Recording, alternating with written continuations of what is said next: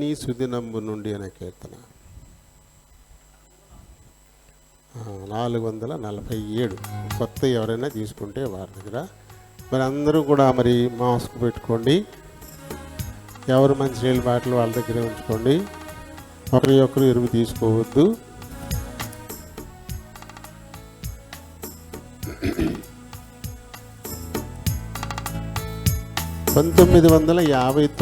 సంవత్సరంలో సెప్టెంబరు 24వ తేదీన హెబ్రోనుకు పునాదులు వేశారనమాట. ఆ పునాదులు వేసినప్పుడు మరి హగ్గయి 2:19 దానిని బట్టి మరి కీర్తన రాసుకుని ఇది పాడుకుంటూ సమూహంగా ఆనందోత్సాహాలతో హెబ్రోనుకు పునాదులు వేశారంట. అప్పుడు పాట అనమాట ఇది. 1959 అంటే నాకు ఒక సంవత్సరం వయసు అప్పుడు సెప్టెంబర్ నెల 9వ నెల 24వ తేదీ అనమాట.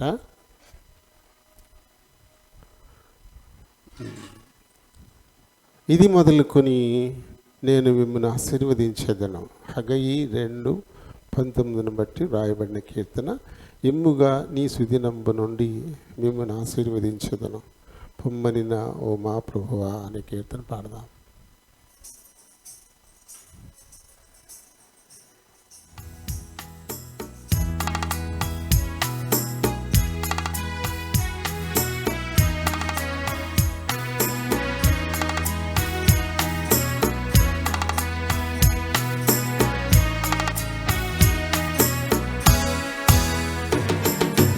ఇమ్ముగని సుదినంబు నుండి ఆశీర్వదించెదను పొమ్మనిన ఓ మా ప్రభువా. ఇమ్ముగని సుదినంబు నుండి ఆశీర్వదించెదను పొమ్మనిన ఓ మా ప్రభువా. మునుపాటి మందిర మహిమాను మిల్చు కడపాటి మందిర మహిమా. మునుపాటి మందిర మహిమాను మిల్చు కడపాటి మందిర మహిమా. ఈ స్థలమందు అసమాధానం, ఈ స్థలమందు అసమాధానం ఎంతైనని చెదనంటివి ప్రభువా.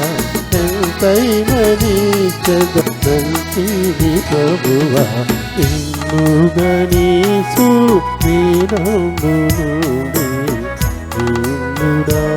ఆశీర్వదించెదను పొమ్మనిన ఓ మా ప్రభువా.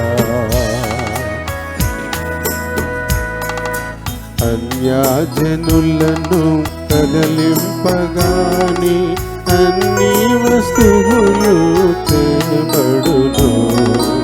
అన్యజనులను కదిలింపగాని అన్ని వస్తువులు తేబడును. వెండి బంగారము అన్నీయు నావే, వెండి బంగారము అన్నీయు నావే. తండ్రిగని చెదనంటివి ప్రభువా. తండ్రిగని చెదనంటివి ప్రభువా. ఇమ్ముగని సుదినంబు నుండి ఆశీర్వదించెదను పొమ్మనిన ఓ మా ప్రభువా. అందరూ చప్పట్లు కొట్టండి చక్కగా. ఇంకొక 9వ మాసమున 24వ దినము. ఇంకొక 9వ మాసమున 24వ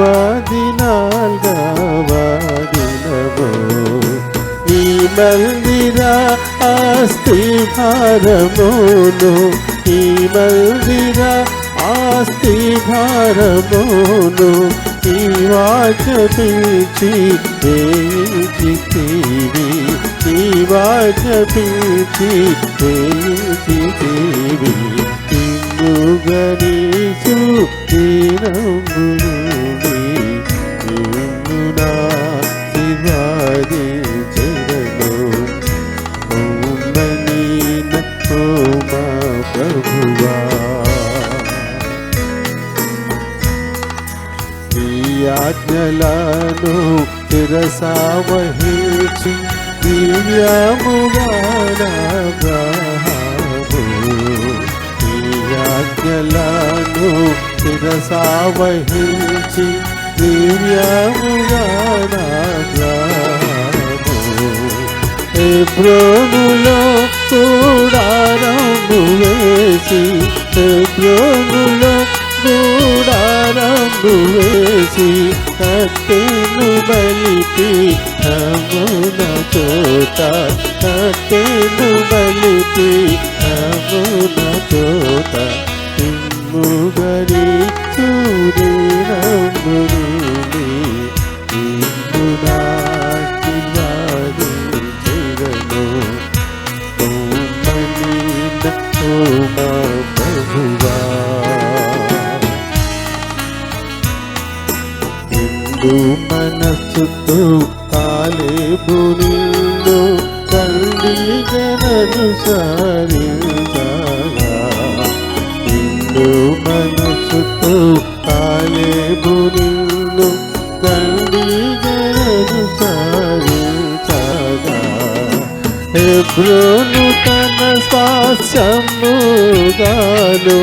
హెబ్రోనును తన స్వాస్థ్యముగాను సంభ్రముగాను సంగీనదాత సంభ్రముగాను సంగీనదాత ఇమ్ముగనీసు దినమునుండి ఇమ్ము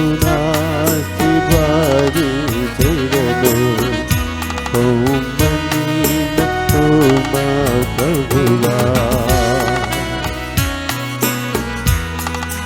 దావీదు రాజు నీ సన్నిధిలో దీనతతో మనవి చేయగా దావీదు రాజు నీ సన్నిధిలో దీనతతో మనవి చేయగా హెబ్రోను పొమ్మని సెలవిచ్చితివి హెబ్రోను పొమ్మని సెలవిచ్చితివి ప్రభో కలుగు నీకు నిత్య మహిమ ప్రభో కలుగు నీకు నిత్య మహిమ ఇమ్ముగనీసు దినమునుండి ఇమ్ము నాశీర్వదించెదను ఓమనీన ఓమ ప్రభువా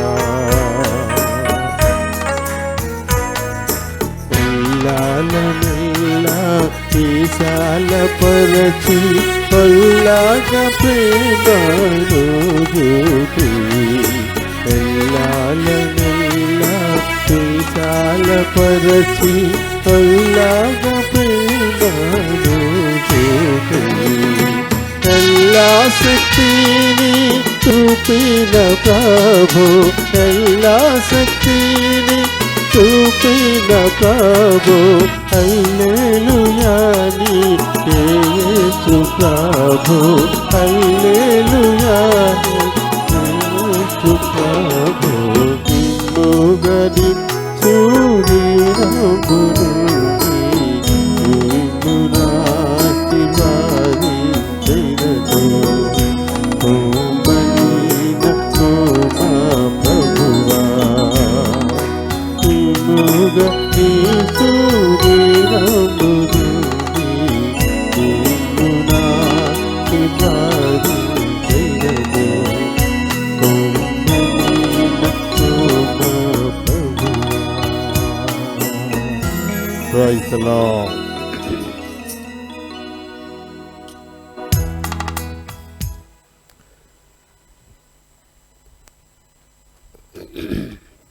మనందరం కూడా మన బైబిళ్లను మన కుడి చేత మన తలకు పైగా హెచ్చబెడుతూ బైబిల్ పల్లవి చెబుదాం.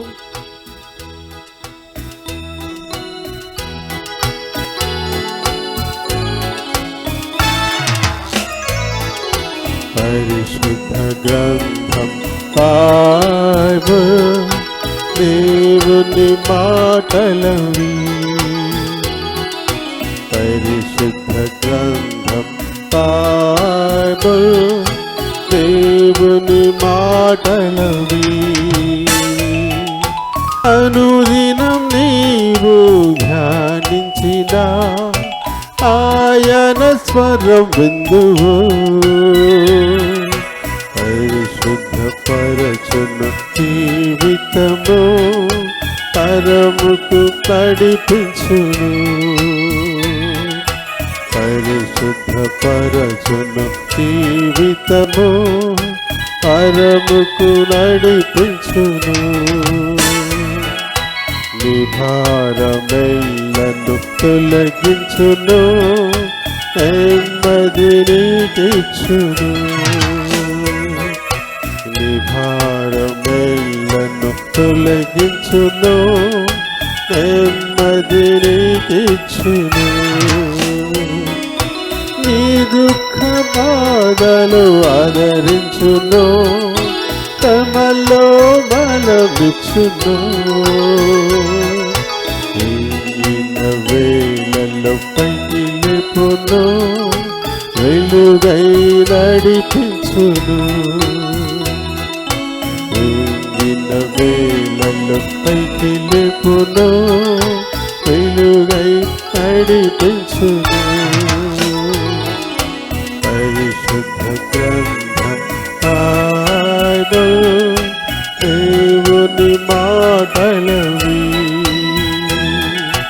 పరిశుద్ధ గ్రంథం బైబిల్ దేవుని మాటలవి. Praise the lord. ప్రభునాములందరికీ వందనాలు. కొంతమంది అయితే 7 వారాల తర్వాత, కొంతమంది అయితే 8 వారాల తర్వాత మనం ఒకరినొకరు చూసుకున్నాం కదా. అందుకే ప్రైజ్ ది లార్డ్, దేవుని స్తోత్రం. 2 నెలల తర్వాత మళ్ళీ మనం ఒకరినొకరు చూసుకునేటువంటి ఈ అవకాశాన్ని దేవుడు మనకి కల్పించాడు. మరి దాదాపుగా 8 వారాల్లోనూ మరి మనకంటే గొప్పోళ్ళు ఎంతోమంది ఈ లోకాన్ని వదిలిపోయారు.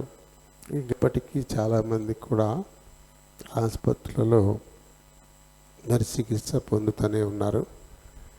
కానీ దేవుడు మనల్ని కూడా సురక్షితంగా క్షేమంగా ఆయన బలిష్టమైన బాహువుల కింద భద్రపరిచి మరి ఈ పునరుత్థాన దినం మనందరం కూడా ఆయన పాద సన్నిధిని సమకూడి భౌతికంగా ఆయన ఆరాధించేందుకు ఈ సమయాన్ని దేవుడు మనకు అనుగ్రహించినందుకై మరొక మారు దేవునికి స్తోత్రం. Praise the lord.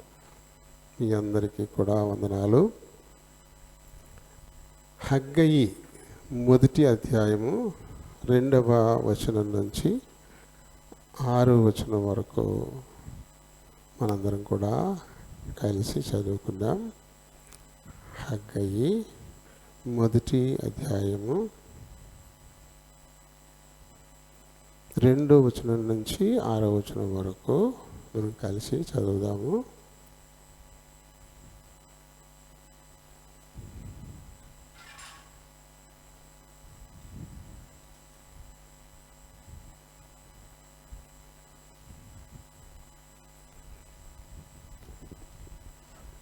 Praise lord, praise lord, praise lord, praise lord. హగ్గయి 1వ అధ్యాయము 2వ వచనం నుండి 6వ వచనం వరకు అందరం కలిసి చదువుకుందాం. సమయం ఇంకా రాలేదు, యెహోవా మందిరమును కట్టించుటకు సమయం ఇంకా రాలేదని ఈ జనులు చెప్పుచున్నారే. అందుకు యెహోవా వాక్కు ప్రత్యక్షమై ప్రవక్తయగు హగ్గయి ద్వారా సెలవిచ్చినదేమనగా, ఈ మందిరము పాడేయుండగా మీరు సరంబి వేసిన ఇండ్లలో నివసించుటకు ఇది సమయమా? కాబట్టి సైన్యములకు అధిపతియగు యెహోవా సెలవిచ్చినదేమనగా, మీ ప్రవర్తన గూర్చి ఆలోచించుకొనుడి. మీరు విస్తారముగా విత్తినను మీకు కొంచెమే పండెను. మీరు భోజనము చేయుచున్నను ఆకలి తీరకయున్నది, పానము చేయుచున్నను దాహము తీరకయున్నది, బట్టలు కప్పుకొనుచున్నను చలి ఆగకున్నది. పనివారు కష్టము చేసి జీతము సంపాదించుకొనినను జీతము చినిగిపోయిన సంచిలో వేసినట్టుగా ఉన్నది. దేవుడు పరిశుద్ధ వాక్యం దీవించును గాక. ఆమేన్.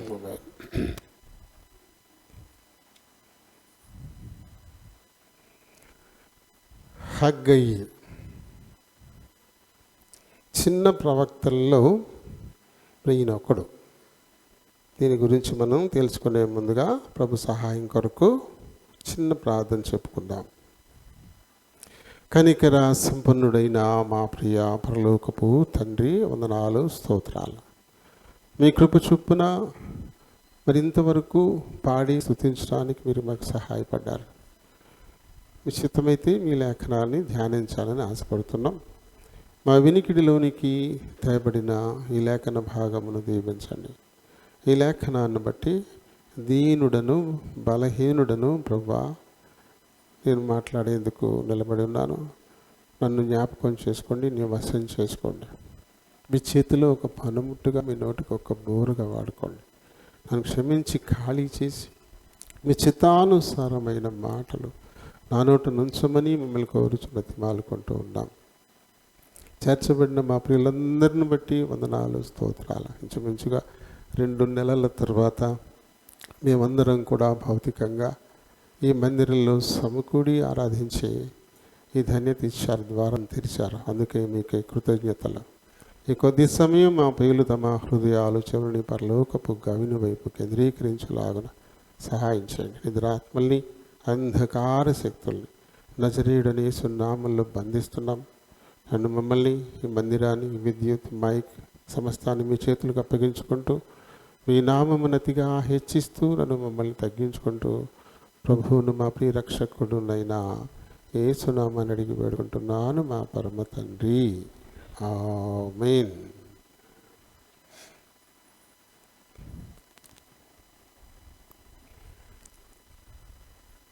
చిన్న ప్రవక్తలలో ఒకడైన వాడు ఈ హగ్గయి. హగ్గయి అంటే ఉత్సవకరము అని అర్థం. హగ్గయి అనే పేరుకి అర్థం ఉత్సవకరము.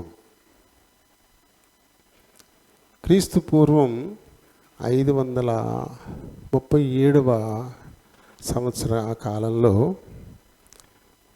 హగ్గయి ప్రవక్తగా ఉన్నాడు. ఎజ్రా, నెహెమ్యా, జకరియా ఇలాంటి వాళ్ళ సమకాలీనుడు అన్నమాట ఈయన. 2వ రాజుల గ్రంథంలో 25వ అధ్యాయంలో ఇజ్రాయేలీలందరినీ కూడా బబులోను చెరకు తీసుకెళ్ళిపోయినట్టుగా మనం చూస్తాం. ఇశ్రాయేలీల అవిధేయతను బట్టి ఇజ్రాయెల్ దేశాన్ని, యూదా దేశాన్ని బొత్తిగా నాశనం చేసి దేవుని మందిరాన్ని కూడా పాడు చేసేసి అక్కడ ఉండేటువంటి వెండి, బంగారు ఉపకరణాలు, అలాగే ఆలయాన్ని నిర్మించడంలో వాడినటువంటి ఆ తలుపులకి వాటికి బిగించినటువంటి వాటిని, అలాగే ఆ ముందు ఉండేటువంటి పెద్ద ఇత్తడి స్తంభాలు, ఇలాంటివన్నిటినీ కూడా పట్టుకెళ్ళిపోయారు. బబులోను దేశం తీసుకెళ్ళిపోయారు. ఆ తర్వాత ఒక 70 సంవత్సరాల కాలానికల్లా బబులోనీయులు ఈ రాజ్యాన్ని మరి దేవుడు మళ్ళీ వేరొకరికి ఇచ్చేసాడు. దాన్ని బబులోను నుంచి అది చెయ్యి మారిపోయింది, పారసీకులకు వెళ్ళిపోయింది. పారసీకులది ఆధిపత్యం అయిపోయింది, బబులోను పోయింది. అంటే ఆ వంశం పోయింది. బబులోనులు ఎవరు? బబులోను రాజులు మనకు తెలుసు కదా, బెల్షస్సరు, నెబుకద్నెజరు ఇలాంటి వాళ్ళు అందరూ ఉన్నారు కదా. వీళ్ళ ఎర్ర పోయి ఆ తర్వాత పారసీకుల వశం అయిపోయింది అది. పారసీకుల్లో మరి కోరేషు రాజుగా ఉన్నప్పుడు దేవుడు కోరేషుతో మాట్లాడాడు. నా ప్రజలను నువ్వు పోనీ, వారు మళ్ళీ తిరిగి ఇజ్రాయెల్ దేశం వెళ్ళి పాడైపోయినటువంటి యెరూషలేమును కడతారు, నా మందిరాన్ని కూడా నిర్మిస్తారు అని కోరేషుకు దేవుడే ఆజ్ఞాపించాడు. దాంతో కోరేషు ఒక అన్యుడైనప్పటికీ కూడా వాళ్ళ దేశంలో బానిసలుగా ఉన్నటువంటి యూదులందరినీ పిలిచి, మీలో ఆసక్తి కలిగిన వారు, బలమైనటువంటి వారు, మీరు మీ దేశానికి వెళ్ళండి, అక్కడికి వెళ్ళి పాడైపోయిన ఆ యెరూషలేమును మళ్ళీ తిరిగి కట్టండి, ఆలయాన్ని కూడా మళ్ళీ తిరిగి కట్టండి, మీకు అవసరమైనంత మీరు పట్టుకొని వెళ్ళండి, మీకు ఏం కావాలంటే అవి ఇక్కడి నుంచి మీరు తీసుకుని వెళ్ళండి అంటూ ఒక అన్యుడైనటువంటి రాజు యెరూషలేము పునర్నిర్మాణానికి, దేవాలయ పునర్నిర్మాణానికి అవసరమైన వాటిని సమకూర్చి ఇశ్రాయేలీయులను పంపించాడు. అయితే వాళ్ళందరూ కూడా దాదాపుగా 50,000 మంది, క్రీస్తు పూర్వము 538వ సంవత్సరంలో 50,000 మంది జెరుబ్బాబెలు నాయకత్వంలో వీళ్ళందరూ కూడా ఇజ్రాయెల్ దేశం తిరిగి వచ్చారు. తిరిగి వచ్చి ఆ గోడలు కట్టడానికి, ఆ మందిర నిర్మాణానికి వీళ్ళంతా పూనుకున్నారనమాట. పూనుకున్న తర్వాత ఒక 2 సంవత్సరాలు ఇలా పని ఇలా జరుగుతూ ఉండగా ఇది చూసి ఓర్వలేనటువంటి వారు కొంతమంది సమరీయులు వాళ్ళు వచ్చి ఈ పనిని ఆటంకపరిచారు. పని జరగనివ్వకుండా పై అధికారులకు లేఖలు రాసి, వీళ్ళు వేరే జనాంగం, వీరు మీ మాట వినరు, వీళ్ళకంటూ వీళ్ళని కట్టుకుంటే మీ మీద తిరుగుబాటు చేస్తారు అంటూ రకరకాలైన సాకులు మరి ఉత్తరాల రూపంలో రాసి అధికారులకు పంపిస్తే ఆ నిర్మాణం చేయబడింది, ఆపేశారు. ఎంతకాలం అంటే 16 సంవత్సరాల కాలం అది ఆగిపోయింది. 16 సంవత్సరాల కాలం కట్టకుండా నిలబడిపోయింది. చూడండి, ఎజ్రా 5వ అధ్యాయము 1-2 వచనాలు మనం చూద్దాం.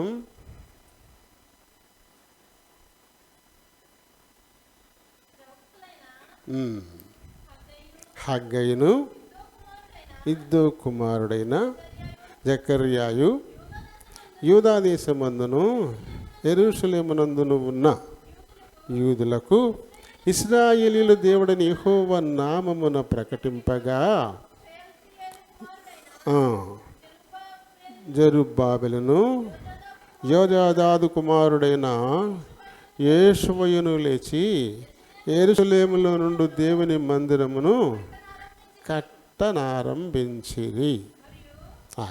అయితే దీనికి ముందు మరి 4వ అధ్యాయంలో 23వ వచనం నుంచి చదువుదాము.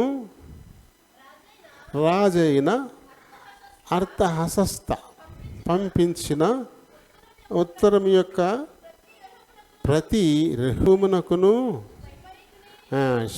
శంషయికిని వీరి పక్షముగా ఉన్న వారికి వినిపింపబడినప్పుడు వారు త్వరగా వచ్చి బలవంతము చేతను అధికారము చేతను వారి పని ఆపినట్లు చేయగా, అంటే కోరేషు పంపించినప్పుడు వీళ్ళందరూ కూడా ఇజ్రాయెల్ దేశం వచ్చి యెరూషలేము ఈ మందిర నిర్మాణం ఈ పనులు వాళ్ళు ప్రారంభించి చేస్తూ ఉన్నప్పుడు ఇలాంటి మరి ఉత్తరాలు తీసుకొచ్చి ఆ పని జరగకుండా వారు ఆపేశారు. ఎంతకాలం ఆగింది? యెరూషలేములో నుండి దేవుని మందిరపు పని నిలిచిపోయెను. ఇలాగున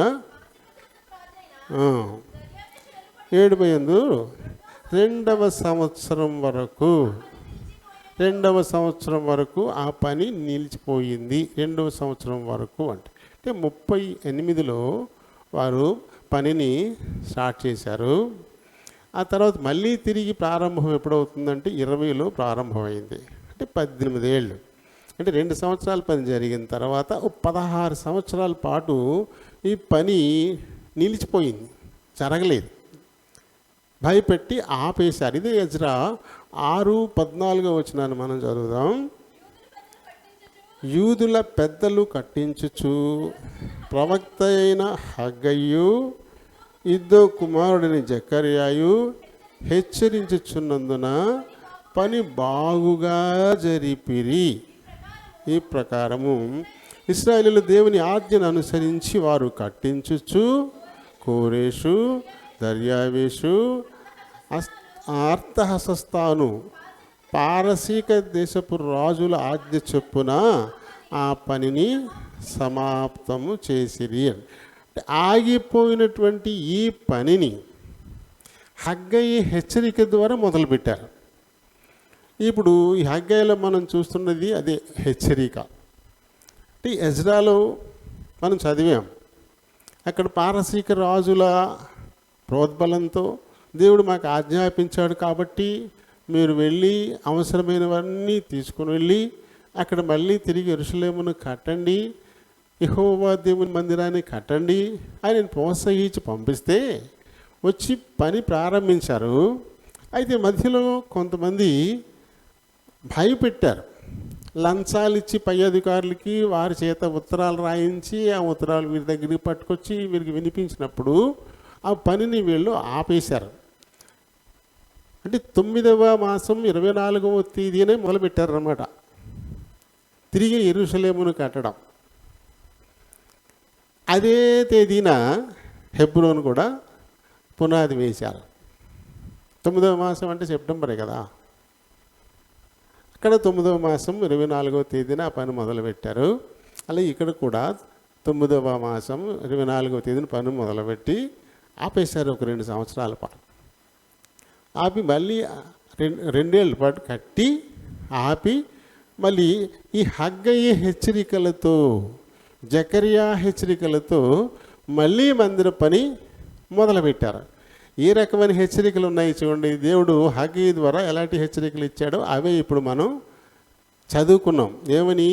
సమయం ఇంకా రాలేదు, యెహోవా మందిరమును కట్టించుటకు సమయం ఇంకా రాలేదని ఈ జనులు చెప్పుచున్నారే.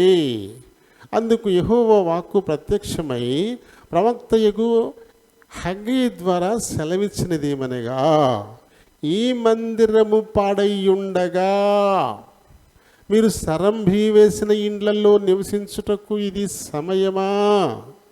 కాబట్టి సైన్యములకు అధిపతియగు యెహోవా సెలవిచ్చినదేమనగా, మీ ప్రవర్తనను గురించి ఆలోచించుకొనుడి. దేవుని మందిరాన్ని అలానే వదిలేశారు. ఎవరు బెదిరించారని ఒక భయంతో ఆ మందిరాన్ని మళ్ళీ కట్టకుండా పని చేయకుండా మీరు ఆపేశారు. మీరు మట్టుకైతే మిద్దెలు వేసుకున్న ఇళ్లల్లో మీరు నివసిస్తున్నారు, కానీ దేవుని మందిరాన్ని అలా అసంపూర్తిగా పాడుగా అలానే మీరు వదిలేశారు. కాబట్టి అప్పటి నుంచి మీకు జరుగుతున్నది మీ ప్రవర్తన అంటే మీ జీవితాలలో సంభవిస్తున్న వాటిని ఒక్కసారి ఆలోచించుకోండి. దేవుని మందిరాన్ని అలానే వదిలేసి సరంభి వేసిన ఇళ్లలో మీరు నివసించడం ద్వారా ఏం జరుగుతుందో మీ ప్రవర్తనను గురించి ఆలోచించుకోండి. ఏం జరిగింది వారి జీవితాల్లో సంభవించినటువంటి విషయాలు ఏంటి ఇక్కడ అంటే, ప్రవర్తన అంటే మన నడవడిని మనం అనుకుంటాం, కానీ ఇక్కడ అది కాదు అర్థం. ఇక్కడ మీ ప్రవర్తన అంటే మీ జీవితాలలో సంభవిస్తున్నటువంటి క్రమం ఏం జరుగుతుంది దాన్ని ఒకసారి మీరు చూసుకోండి అన్నాడు. ఏం జరిగిందంట? మీరు విస్తారముగా విత్తినను మీకు కొంచెమే పండెను, మీరు భోజనము చేయుచున్నను ఆకలి తీరకయున్నది, పానము చేయుచున్నను దాహము తీరకయున్నది, బట్టలు కప్పుకొనుచున్నను చలి ఆగకున్నది, పనివారి కష్టము చేసి జీతము సంపాదించుకొనినను జీతము చినిగిపోయిన సంచిలో వేసినట్టుగా ఉన్నది. మీ జీవితాల్లో ఏదైతే సంభవించిందో అది ఒక్కసారి చూసుకోండి. మీరు విస్తారంగా విత్తుతూ ఉన్నారు, ఆయన కొంచెమే పండుతోంది. మీరు కడుపు నిండా తింటూ ఉన్నారు, ఆయన ఆకలి తీరట్లేదు. మీరు అవసరమైనంత పానం చేస్తూ ఉన్నారు, ఆయన దాహం తీరట్లేదు. మీ వస్త్రాలు మీరు కప్పుకుంటున్నారు బాగానే, అయినా చలి ఆగట్లేదు. ప్రతీది ప్రతికూలమైపోయింది. మీరు చాలా సంపాదించుకొని అది తెచ్చుకున్నది ఏమైపోతుందంటే చిల్లి సంచిలో వేసినట్టుగానే అయిపోతుంది.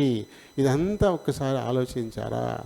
ఎందుకు ఇలా జరుగుతుందంటే దేవుని మందిరాన్ని మీరు పాడుగా వదిలేసి మీ మట్టుకు మీరు సరంభి మిద్దెలు అన్నమాట. సరంభి అంటే మిద్దెలు వేసుకున్నటువంటి ఇళ్లల్లో, అంటే ఇప్పుడంటే మనం స్లాబ్ చేసేస్తున్నాం. మరి ఇదివరకు ఏం చేసేవారు? పెంకిట్లో గుళ్ళేసి లోపల మళ్ళీ మిద్దేసేవారు అనమాట. మెత్తేసేవారు. అది సరంభి అంటే. సరంభి వేసిన అంటే చలవ ఇల్లు, వేడి కిందకి దిక్కకుండా చల్లగా ఉంటుందన్నమాట. అటువంటి ఇళ్ళలో మీరైతే నివసిస్తూ ఉన్నారు, ఆలయాన్ని అయితే మీరు అలానే వదిలేశారు. కాబట్టి ఇలాంటి పరిస్థితి మీకు దాపురిస్తుంది. జాగ్రత్తగా ఆలోచించండి అంటాడు. ఇప్పటికే 70 ఏళ్ల పాటు వాళ్ళు చెరలో ఉన్నారు. 2వ రాజుల గ్రంథము 25వ అధ్యాయము 8 నుంచి 15 వచనాల వరకు మనం చదువుకున్నప్పుడు ఈ బబులోనీయులు వచ్చి ఈ ఇజ్రాయెల్ దేశాన్ని, యూదా దేశాన్ని బొత్తిగా నాశనం చేసేసి ఆ గోడలు పడగొట్టేసి మందిరాన్ని కూడా పాడు చేసేసి అక్కడ ఉన్నటువంటి జనం, బలంగా ఉన్నటువంటి వారందరినీ కూడా, పనికొచ్చే వారందరినీ కూడా చెరగా వారి దేశం తీసుకెళ్ళిపోయి ముసలి ముక్క రోగిష్టోళ్ళు ఇలాంటి వాళ్ళు మట్టుకు అక్కడ వదిలేసిపోయారు. 70 ఏళ్ల కాలం గడిచిపోయింది.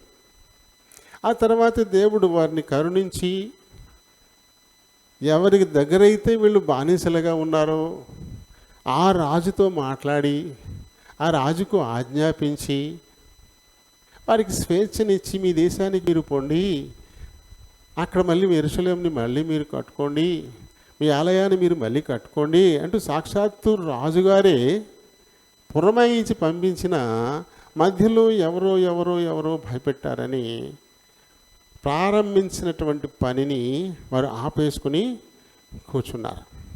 కాబట్టి మీ ప్రవర్తనను గురించి, అంటే మీ జీవితాల్లో సంభవిస్తున్నటువంటి ఆ విశేషాలను గురించి మీరు జాగ్రత్తగా ఆలోచించుకోండి కదా. 7వ వచనంలో కాగా సైన్యములకు అధిపతియగు యెహోవా సెలవిచ్చినదేమనగా మీ ప్రవర్తనను గురించి ఆలోచించుకోండి. ఏం చేశారు ఈ 16 ఏళ్ల కాలం? మీరు ఏం చేస్తూ ఉన్నారు? ఈ 16 సంవత్సరాల కాలం మీకు స్వేచ్ఛనిచ్చాడు రాజు, అవసరమైన సామగ్రిని ఇచ్చాడు రాజు. అరే గుర్రాలు, రౌతులు, సైన్య సహాయం కూడా తీసుకుని వెళ్ళమన్నాడు రాజు. అయినా సరే మీరు ఎవరో బెదిరించారని చడిచిపోయి నా మందిరాన్ని అలానే వదిలేశారు. ఈ విషయమై మీ ప్రవర్తనను చాలా ఒకసారి జాగ్రత్తగా మీరు ఆలోచించుకోండి. 2వ అధ్యాయము 15వ వచనాన్ని మనం చూస్తే, ఈ రాతి మీద రాయి ఉంచి యెహోవా మందిరము కట్టన ఆరంభించినది మొదలుకొని ఆ వెనుక మీకు సంభవించిన దానిని ఆలోచించుకోండి. రాయి వేశారు కట్టడానికి, మరి ఆ పనిని అలా ఆపేశారు. ఆ తర్వాత మీకు సంభవించింది ఏంటో దాన్ని ఒకసారి మీరు ఆలోచించుకోండి. 18వ వచనం, మీరు ఆలోచించుకోండి. ఇంతకు ముందుగా 9వ నెల 24వ దినమున 9వ నెల 24వ దినమున నుండి అనగా 24వ దినము నుండి అనగా యెహోవా మందిరపు పునాది వేసిన నాట నుండి మీకు సంభవించిన దానిని ఆలోచించుకోండి. కొట్లల్లో ధాన్యం ఉన్నదా? ద్రాక్ష చెట్లైనను, అంజూరపు చెట్లైనను, దానిమ్మ చెట్లైనను, ఒలీవ చెట్లైనను ఫలించకపోయెను కదా. అయితే ఇది మొదలుకొని నేను మిమ్మను ఆశీర్వదిస్తాను. ఇప్పటిదాకా ఏమైంది మీ ప్రవర్తనలు? ఎప్పుడో 9వ మాసం 24వ దినాన మీరు రాతి మీద రాయిని పెట్టారు మందిరం కట్టడం కోసమని. ఆపేశారు. 16 ఏళ్ల కాలం ఆపేశారు. అప్పటి నుంచి ఇప్పుడు దాకా ఏం జరిగిందో ఒకసారి మీరు ఆలోచన చేయండి. మీ ప్రవర్తన గురించి ఆలోచన చేయండి. ఎప్పుడు మాట ఇది? ఇది 2021కి 520 కలుపుకోండి. 2540 ఏళ్ల క్రితం, 2540 ఏళ్ల క్రితం జరిగినటువంటి ఈ సంభవాల గురించి ఇప్పుడు మనం చదువుకుంటా ఉన్నాం. చూడండి, ఇంక విలాప వాక్యములు 3వ అధ్యాయము 40వ వచనాన్ని చదువుదాం. 3:40. మన మార్గములను పరిశోధించి తెలుసుకొని మనం యెహోవా తట్టు తిరుగుదము. ఆకాశమందున్న దేవుని తట్టు మన హృదయమును, మన చేతులను ఎత్తుకుందాం. ఇది చేయాల్సిన పని. ఇప్పుడు ఇది ఇజ్రాయేలీలు ఏం చేయాలి? హగ్గీ ద్వారా వాస్తవ పరిస్థితినంతా వారి ముందు పెట్టేశాడు. మరి ఎంతగానో భూమిని దున్నుతూ ఉన్నారు, ఎంతగానో దాని రాళ్ళ నేరుతున్నారు, ముళ్ళ నేరుతున్నారు, శుభ్రపరుస్తూ ఉన్నారు, ఎంతగానో పదును చేస్తూ ఉన్నారు. ఆ మేలైన విత్తనాలను కూడా విస్తారంగా విత్తుతూ ఉన్నారు. ఎంత వస్తుంది పంట మీకు? విత్తని కొలిది పంట రావాలి కదా. ఎంత విత్తామో అంత, అంతే కదా. కానీ అంత మీకు రావడం లేదు. కారణం ఏంటి? కడుపు నిండా తింటూ ఉన్నారు, అయినా ఆకలి తీరట్లేదు, అసంతృప్తి. ఏంటి కారణం? అవసరమైనంత పానం చేస్తూ ఉన్నారు, అయినా దాహం అనిపిస్తుంది, దాహం తీరటం లేదు. ఎందుకు?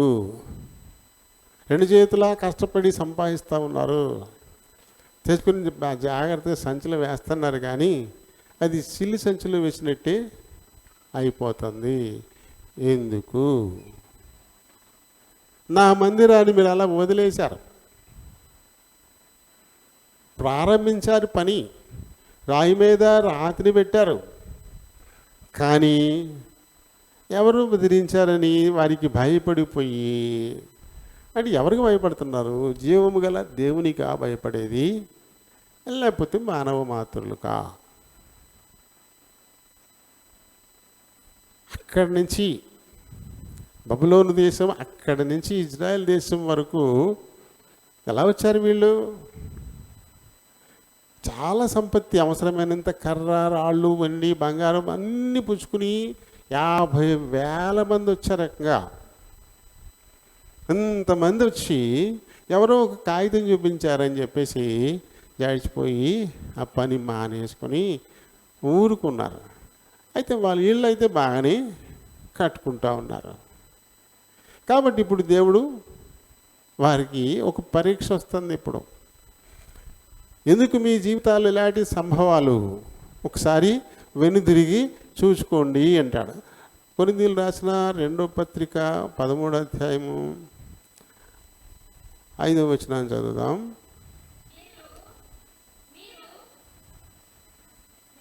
మీరు విశ్వాసము గలవారై ఉన్నారో లేదో మిమ్మల్ని మీరే శోధించుకొని చూచుకొనుడి, మిమ్మల్ని మీరే పరీక్షించుకొనుడి. మీరు భ్రష్టులు కాని ఎడల యేసుక్రీస్తు మీలో ఉన్నాడని మిమ్మల్ని గూర్చి మీరే మీ విశ్వాసాన్ని మీరే పరీక్షించుకోండి. దేవుడు మీలో ఉన్నాడా? అంటే ఆయన వాక్కు మీలో ఉందా? ఆయన ఆజ్ఞలు మీలో ఉన్నాయా? ఆయన వాగ్దానాలు మీలో ఉన్నాయా? ఆయన మీకు ఇచ్చినటువంటి అష్యూరెన్స్ ఉంది కదా, గ్యారంటీ నేను అని చెప్పేసి, అది మీలో ఉన్నాయా? అవి మీలో ఉన్నట్టయితే భయపడక ముందుకు సాగుతారు. అవి లేనప్పుడే ఆగిపోతారు. దేవునికి వారి హృదయంలో చొటియ్యనల్లకపోయిరు గనుక వారు భ్రష్టులే. మధ్యలో చాలా లిస్ట్ ఉంది కదా, రోమ 1:28 నుంచి మనం చదువుతాం. అక్కడ లిస్ట్ ఉంది. అక్కడ దేవునికి హృదయంలో చోట్లేదు అంటే దేవుడు వారి హృదయంలో లేడు, దేవుని వాక్కు వారి హృదయంలో లేదు, దేవుని వాగ్దానాలు వారి హృదయంలో లేదు. దేవుడు వారికి ఇచ్చినటువంటి గ్యారంటీ, అష్యూరెన్స్, నేనున్నాను నీకు తోడు, అని దేవుడు ఇచ్చినటువంటి మాటలు ఆ హృదయంలో లేనప్పుడే, అంటే దేవునికి చోటు లేకపోవడం అంటే ఆయన వాక్కుకు చోటు లేకపోవడం. అది ఎప్పుడైతే జరుగుతుందో అప్పుడే భ్రష్టత్వం వచ్చేస్తుందంట, వారికి భ్రష్టులు అయిపోతారు.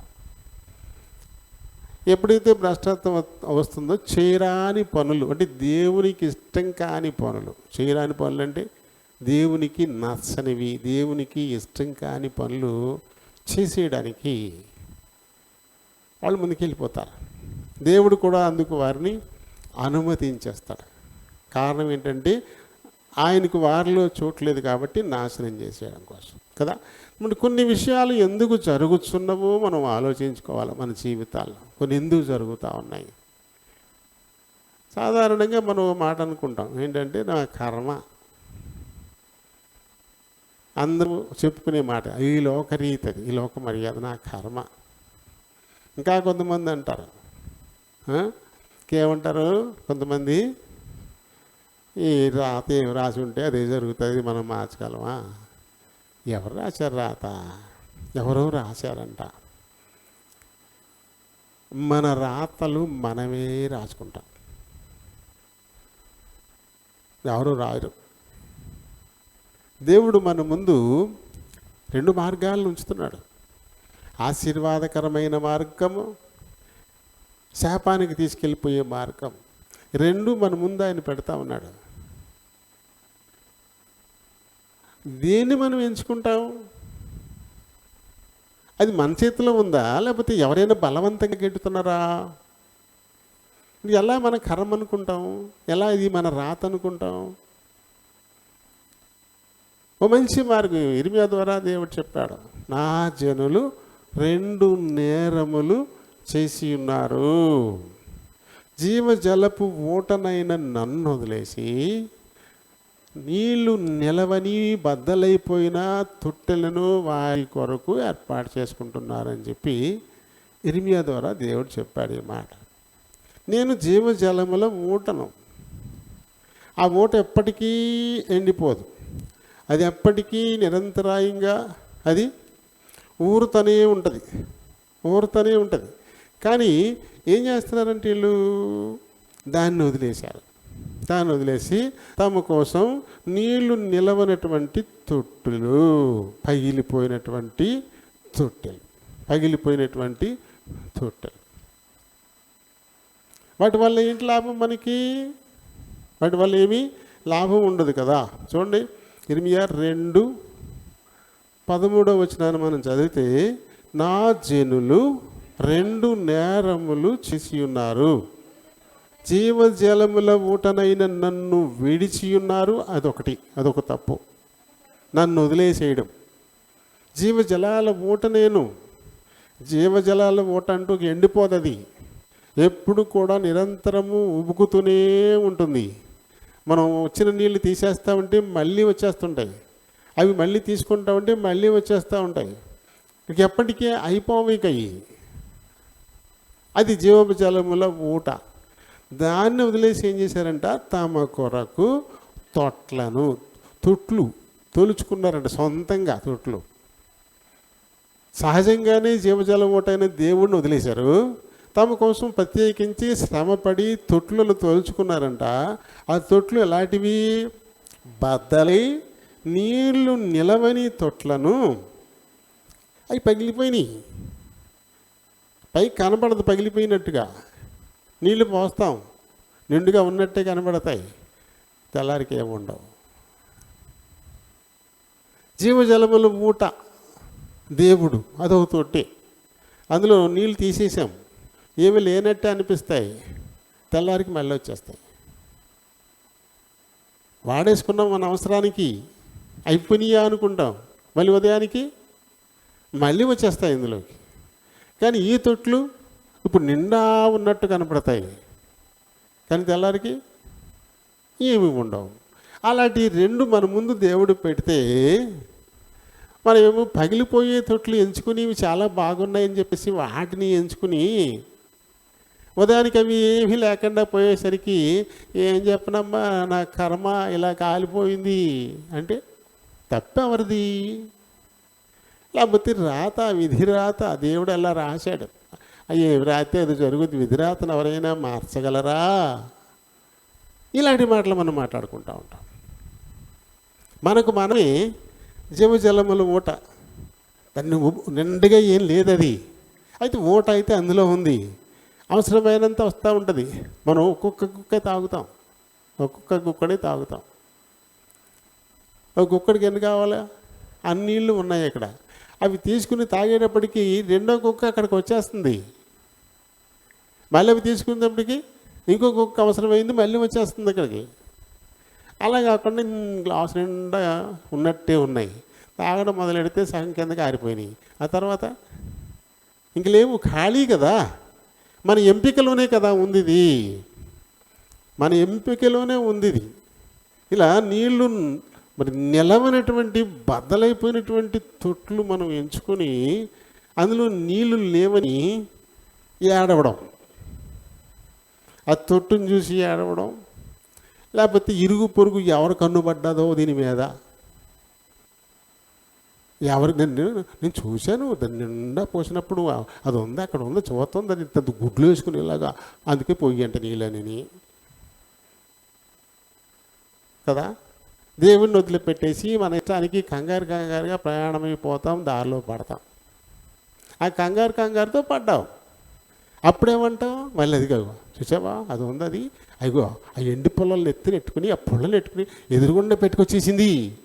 అసలు బుద్ధి ఉందా దానికి? ఇదిగో ఊరు వెళ్తున్నారు, ఈ పొలాలతో మనం వెళ్ళకూడదు అని పక్క తప్పుకుందా? అది తెల్లగుడ్డ ముసుకేసుకుని అది ఎదురు వచ్చేసింది. వాళ్ళ మీద వీళ్ళ మీద పడి ఏడ్చే పని మన ప్రవర్తన, దాన్ని పక్కన పెట్టేస్తాం. ఏం జరిగినా దానికి కారణం మనమే. నిజంగా కంటి చూపుతో సినిమాలో పనిచేస్తాయి ఈ డైలాగులు. కంటి చూపుతో మనిషిని చంపేస్తే ఎంతమందిని చంపేస్తారు? బోళ్ళు మందిని చంపేయచ్చు కదా. గిట్టిన వాళ్ళందరినీ చూసి చంపేయచ్చు, లా చూసి చంపేయచ్చు, గిట్టిన వాళ్ళందరినీ చంపేయచ్చు. నిజం అది జరుగుతుందా? ఎదురొచ్చి పడగొట్టేస్తే బోళ్ళు మంది కాళ్ళ చేతులు ఎరగొట్టేయచ్చు కదా. ఇవన్నీ నిజాలా? మన ప్రవర్తనందుకు కారణం. ఏదో కంగారుగా నీ పనుల భారము యెహోవా మీద మోపుము అని చెప్పాడు ఆయన. ఆయన మీద మోపం, ఆయనకి చెప్పుకోం, మనకి అప్పచెప్పం. ఇది మొదలుకొని రాకపోకలు ఎందుకు యెహోవా నీకు తోడై ఉంటాడు అని లేఖనం ఉంది. దానిని బట్టి ఆయన అడగం, నాయన బయలుదేరుతున్నాం, నువ్వు నాకు ఒక వాగ్దానం ఇచ్చావు, నాకు తోడై ఉండి క్షేమకరంగా తీసుకెళ్ళు చెప్పం దేవునికి. కంగారు మన ప్రవర్తన కంగారు, తోచేసినట్టు వెళ్ళిపోతాం. దేవునికి చెప్పుకోకుండా పడి కంగారు వెళ్ళిపోయి ఎవడు నువ్వు గుద్దేశో, లేకపోతే మనకు మనమే జారి పడిపోయో ఎర్రకొట్టేసుకుని ఇవన్నీ తీసుకెళ్ళి మన గిట్టనోళ్ళ మీద వేసేస్తాం. మనకి ఎవరు గిట్టరో, ఎవరంటే మనకి పడదో అలాంటి వాళ్ళ మీద వేసేస్తూ ఉంటాం. ఇది సరైందేనా? ఇప్పుడు ఇశ్రాయేలీయులు అయ్యో నేను ఇంత ఇస్తాను కదా, ఇంత పంట వచ్చిందే అని ఏడుస్తున్నారు. ఇంత తిన్నాను కదా, కడుపు నిండా అయినా ఆకలి తీరకుండా ఉందే అని ఏడుస్తూ ఉన్నారు. కావలసినంత తాగైనా అయినా నా నోరు ఇలా పెడారిపోతుంది అని ఏడుస్తూ ఉన్నారు. నేను చాలా సంపాదించి ఇంత సంచులో వేసానే, ఇదంతా పోయిందే, ఎక్కడికి పోయింది, ఎలా పోయింది అని ఏడుస్తూ ఉన్నారు. కారణం చెప్తున్నాడు ఈయన. ఎందుకు ఇలా జరుగుతోంది ఆలోచించారా ఎప్పుడైనా? మీ జీవితాలలో ఎలాంటి సంభవాలు ఎందుకు జరుగుతూ ఉన్నాయి ఆలోచించారా? ఇప్పుడు మనం అనుకోవచ్చు, మనమే మందిరం పునాది వేసాము, ఏ మందిరం పని జరగకుండా మనం ఆపేశాము.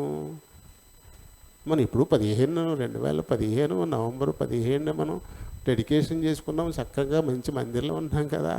మరి మనకేంటి?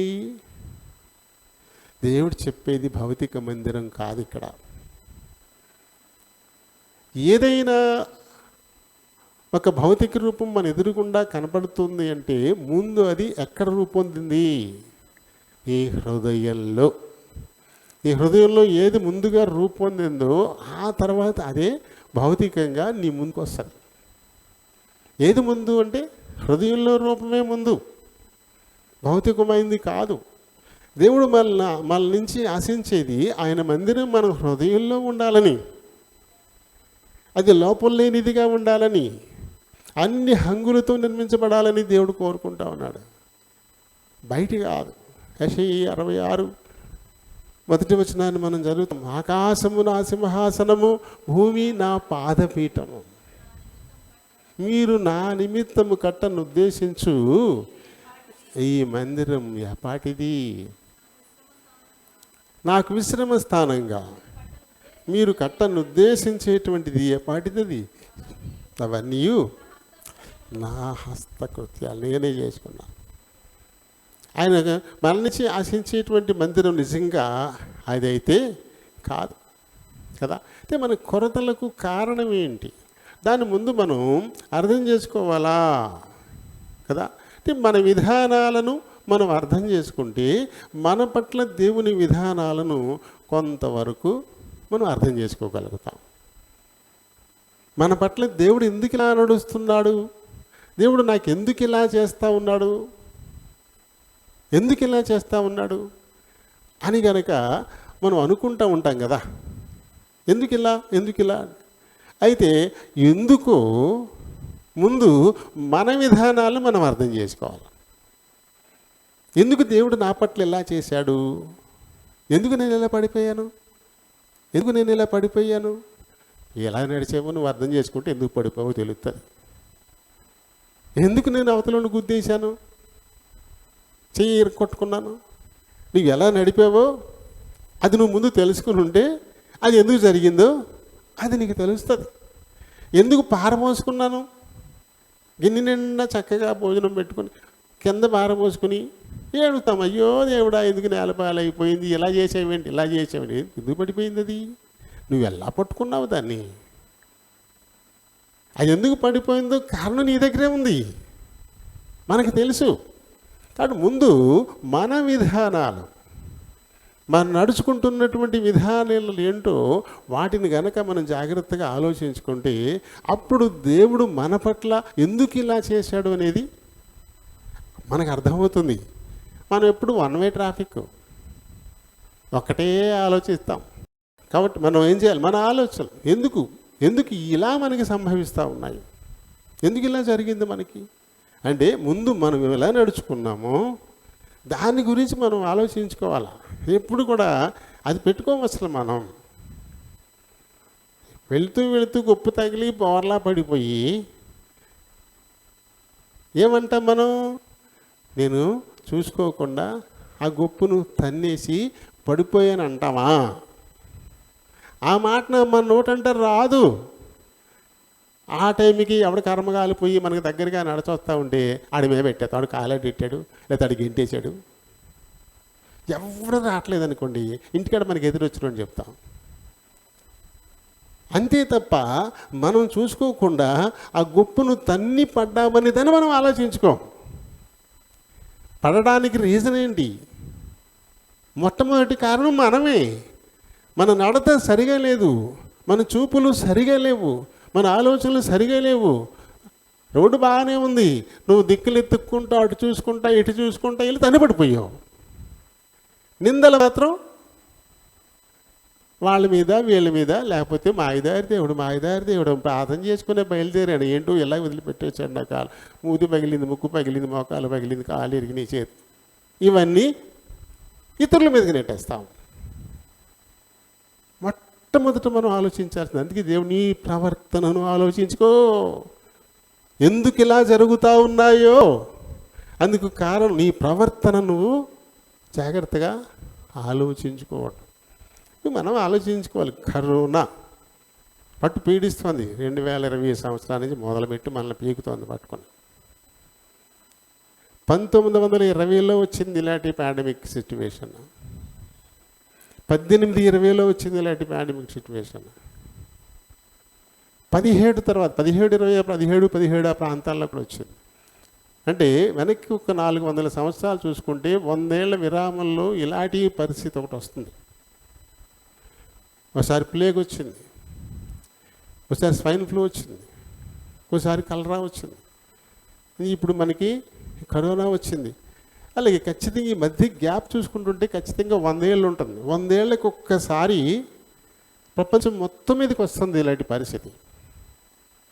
వచ్చి లక్షల్లో చచ్చిపోతున్నారు ఇలాంటి పరిస్థితి వచ్చి. ఏంటి రీజన్? ఎందుకెలా జరుగుతుంది? ఇది దేవుడు కారణమా, మనుషులు కారణమా? దేవుడే అనుమతించాడు అనుకుందాం. ఎందుకు అనుమతించాడు?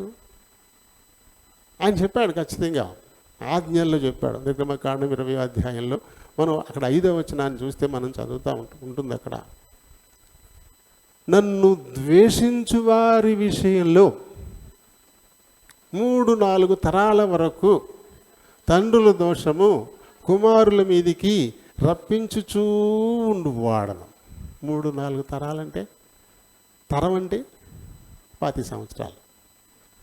నేను పుట్టాను, ఆ 25 కొడుకు పుట్టాడు అంటే ఇంకో తరం మొదలైంది, 2వ తరం మొదలైంది. ఆడికి 25 పెళ్ళి అవుతుంది, ఆడికి కొడుకు పుడతాడు, అప్పుడు ఇంకో తరం మొదలవుతుంది. ఇలా 3-4 తరాలంటే ఇంచుమించుకు ఒక 100 సంవత్సరాలు అనుకోవచ్చు మనం. దేవుడు చెప్పినట్టుగానే ఈ 3-4 తరాలకు వెనకల నుంచి ఆ తండ్రులు చేసినటువంటి దోషం ఏదో కుమారుల మీదకి వచ్చి పడుతుంది. అలా 4 ఇప్పుడు మనకి సజీవంగా కనబడుతున్నటువంటి సాక్ష్యాలు 400 సంవత్సరాల్లోనూ ఇవి జరిగాయి. చూసుకోండి కావాలంటే చరిత్రలో 100 ఏళ్ళకి ఒకసారి, 100 ఏళ్ళకి ఒకసారి, 100 ఏళ్ళకి ఒకసారి. ఎందుకు? మనం ఆయన ప్రేమించట్లే, ఆయన ఆజ్ఞల్ని అస్సలు మనం పట్టించుకోవట్లా. ఆయన ఎవరైతే ప్రేమిస్తారో ఆయన ఆజ్ఞల్ని గాయకుంటారు, ద్వేషించి వారే ఆజ్ఞల్ని గాయకొనరు. అలా నన్ను ప్రేమించు వారి విషయంలో 1000 తరాల వరకు నేను కరుణిస్తానని చెప్పాడు ఆయన. అంటే ఆయన ఆజ్ఞల్ని మనం జాగ్రత్తగా అనుసరించి నడుచుకున్న రోజున 1000 తరాల వరకు ఆశీర్వాదమే. దావీదు చేసిన ప్రార్థన, నాయనా ఒక్కసారి నా కుటుంబాన్ని, నా బిడ్డల్ని నువ్వు ఆశీర్వదించు. నువ్వు ఒక్కసారి ఆశీర్వదిస్తే తరతరాలకు ఆశీర్వదింపబడతారు. దేవుని ఆశీర్వాదం ఒక్కసారి కనుక మన మీదకి వస్తే అది తరతరాలు ఉంటుందంట. శాపం ఒక 3-4 తరాలతో ముగిసిపోతుంది. అంటే ఆయన ప్రేమ చాలా ఎక్కువ, ఆయన కోపం చాలా తక్కువ. ఒక 4 తరాలే, మరి ప్రేమ 1000 తరాలు. ఎంత తేడా ఉందో చూడండి. ఇప్పుడు అలాంటి దేవుడు ఉత్తినే మనల్ని శోధిస్తాడా? ఉత్తినే మనల్ని బాధిస్తాడా? బాధించాడు అంటే ఏంటి కారణం? ఇది ఇక్కడ మరి మనం చూసుకోవాల్సి, మనం కొంత అర్థం చేసుకోవాల్సినటువంటి విషయాన్ని ఏంటంటే, మరి 18వ కీర్తన 25-26 వచనాలు చదువుదాం. 18వ కీర్తన, దయగల వారి ఎడల నీవు దయ చూపిస్తావు, యథార్థవంతుల ఎడల నువ్వు యథార్థవంతుడుగా నువ్వు ఉంటావు, సద్భావం గల వారి ఎడల నీ సద్భావం చూపుతావు, మూర్ఖుల ఎడల నువ్వు వికటంగా ఉంటావు. అంతే అంతే. ఆయన అలాంటి వాడు. స్పష్టంగా ఉంది అక్కడ. ఎవరైతే దయగలిగి ఉంటారో, దేవుడు దయగలిగిన వాడు. దయ, కరుణ, వాత్సల్యత ఇవన్నీ ఆయన లక్షణాలు. ఆయన లక్షణాలు ఎవరైతే కలిగి ఉంటారో, ఆయన వలనే ఎవరు దయగలిగి ఉంటారో వాళ్ళు ఖచ్చితంగా దేవుని దయకు పాత్రులే.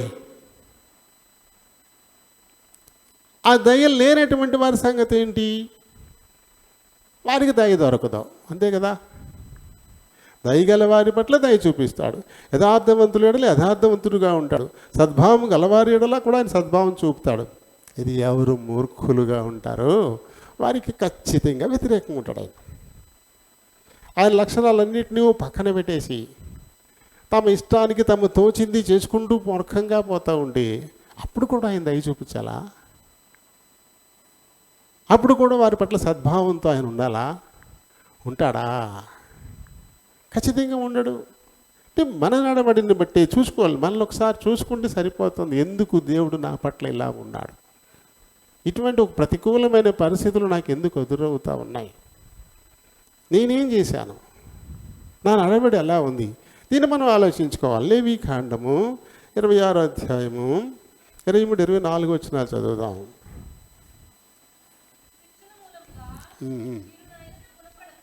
శిక్షల మూలంగా మీరు నా ఎదుట గుణపడక నాకు విరోధంగా నడిస్తే.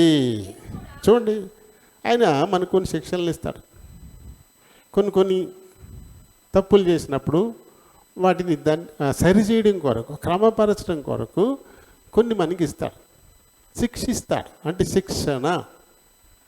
శిక్షిస్తాడు. అది దీనివల్ల కనుక మనం గుణపడకుండా, దేవుడు మనకిచ్చినటువంటి ఈ శిక్షణను పరిగణలోకి తీసుకోకుండా, ఇలాంటి పరిస్థితి నాకు ఎందుకు వచ్చిందంటే నేను ప్రతికూలంగా నడిచాను, దేవునికి ఇష్టం కాని దారిలో నేను వెళుతూ ఉన్నాను కాబట్టి ఇటువంటి ఓ పరిస్థితి నాకు వచ్చింది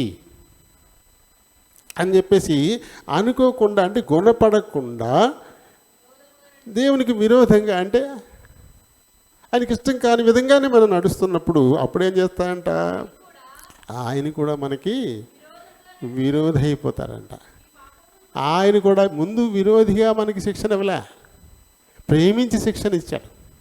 మనల్ని ప్రేమించి మనం పాడవకుండా ఉండాలని, మనం బాగుపడాలనే ఉద్దేశంతో మనకు ఒక శిక్షణని ఇచ్చాడు. దానిని బట్టి మనం గుణపడకుండా ఇంకా అలాగే ఆయనకి వ్యతిరేకంగా నడిస్తే ఇప్పుడేమవుతాడంట, ఆయనకి మనకి విరోధి అయిపోతారంట. అప్పుడేమవుతుందంటే మీ పాపములను బట్టి 7 అంతలుగా మిమ్మల్ని నేను దండిస్తాను. 7 అంతలుగా నేను చూపించేటువంటివి నువ్వు గుర్తుపెట్టుకోవాలా. ఏదైనా ఒకటి జరిగింది అంటే అది నీకు ఒక వార్నింగ్. ఇది తప్పు, ఇది సరికాదు, నువ్వు ఇలా వెళ్ళకూడదు అనేది వార్నింగ్. బిలాము ఇశ్రాయేలీయులను శపించడానికి దేవుణ్ణి పర్మిషన్ అడిగాడు. బాలాకు బోల్డ్ బహుమానాలు ఇస్తానన్నాడని చెప్పేసి వాటిని ఆశపడి, సంఖ్యాకాండం 22వ అధ్యాయం నుంచి మనం చదువుతాం దాన్ని, ఇప్పుడు వద్దు, తర్వాత చదువుకోండి. బాలాకు వచ్చి మనుషులు పంపిస్తాడనమాట. ఇక్కడ ఇశ్రాయేలీయులు అంట గొప్ప జనాంగం వచ్చింది, యెహోవా దేవుని చేత ఆశీర్వదింపబడిన జనం అంటది, ఆ జనంతో నేను యుద్ధం చేయలేను, అది నా వల్ల కాదు, నేను గెలవలేను కూడా. నువ్వు ప్రవక్తవు కదా, నువ్వు వచ్చి నా తరపున నువ్వు ఇశ్రాయేలీయులను శపిస్తే అప్పుడు నేను వారితో యుద్ధం చేసి గెలుస్తాను, అందుకే నీకు బోళ్ళంత బహుమానం ఇస్తాను అని మనుషులు పంపించాడు. పంపిస్తే ఈ బిలాం ఏం చేశాడు, దేవుణ్ణి అడిగాడు, బాలాకు బహుమానాలు ఇస్తాడంట, నేను వెళ్ళి ఇశ్రాయేలీయులను శపించనా అని అడిగాడు. మీ అబ్బాయిని కొడితే నాకు డబ్బులు ఇస్తారంట, మీ అబ్బాయిని నేను కొట్టనా అని తండ్రిని అడుగుతారు ఎవడన్నా? అడిగితే తండ్రి పర్మిషన్ ఇస్తాడా? ఇశ్రాయేలు నా జ్యేష్ఠపుత్రుడు, నా స్వకీయ సంపాద్యం, నా సొత్తు, నా స్నేహితుడైన అబ్రహాము సంతానం అని దేవుడే చెప్తే ఆ దేవుడి దగ్గరికి వెళ్ళి నీ సొత్తైన నీ ప్రజలను, నీ స్నేహితుని సంతానాన్ని నేను శపిస్తాను, అందుకు నాకు బహుమానాలు ఇస్తాడంట, నాకు పర్మిషన్ ఇయ్యి అడిగాడు ఆయన. దేవుడు పర్మిషన్ ఇస్తాడా? చీపా పోకూడదలాగా అన్నాడు దేవుడు. మూతి ముడుచుకొని కూర్చున్నాడు. కూర్చుంటే మళ్ళీ ఊరుకోలేదు ఆ బాలాకు. ఇంకా చాలా ఎక్కువైన బహుమానం ఇస్తానని మళ్ళీ పంపించాడు మనుషుల్ని. పంపించి మళ్ళీ అదే మాట. ఆల్రెడీ దేవుడు ఒకసారి నోరు మూసుకో, నువ్వు పని చేయడానికి వెళ్ళేదని చెప్పిన తర్వాత మళ్ళీ ఆ విషయం ఎవరైనా అడుగుతాడా? మూర్ఖుడు కదా. కాబట్టి మళ్ళీ అడిగాడు. మళ్ళీ అడిగితే ఈసారి దేవుడు ఏమన్నాడు, సర్లే పోతే పో, వారిని మాత్రం నువ్వు చెప్పించొద్దు అన్నాడు. మరి ఇంకెందుకు వెళ్ళావు? పర్మిషన్ అడిగింది దేనికి? చెప్పించడానికి. ఇప్పుడు దేవుడు ఏమన్నాడు, వెళ్తానంటున్నావు కదా, నీ కాళ్ళంతా తీటగా ఉంటే ఇల్లు చెప్పించొద్దు అన్నాడు. వెళ్ళమన్నాడు అంతే, సంబరం పరిగెత్తుకుపోయాడు అంతే. ఆల్రెడీ చెప్పించొద్దు అన్నాడంటే నువ్వు వెళ్ళడానికి వీలేదని కదా అని అర్థం. మూర్ఖం కదా, ఇది మూర్ఖుడు కదా. ఇప్పుడు వెళ్తూ ఉంటే గాడిదెక్కి వెళ్తూ ఉంటే ఇక కొంత దూరం వెళ్ళిన తర్వాత ఈ గాడిద ముందుకు వెళ్ళకుండా అటు ఇల్లు ఇటు ఇల్లు పక్కన గోడ ఉంటే గోడకేసి రాసేసింది.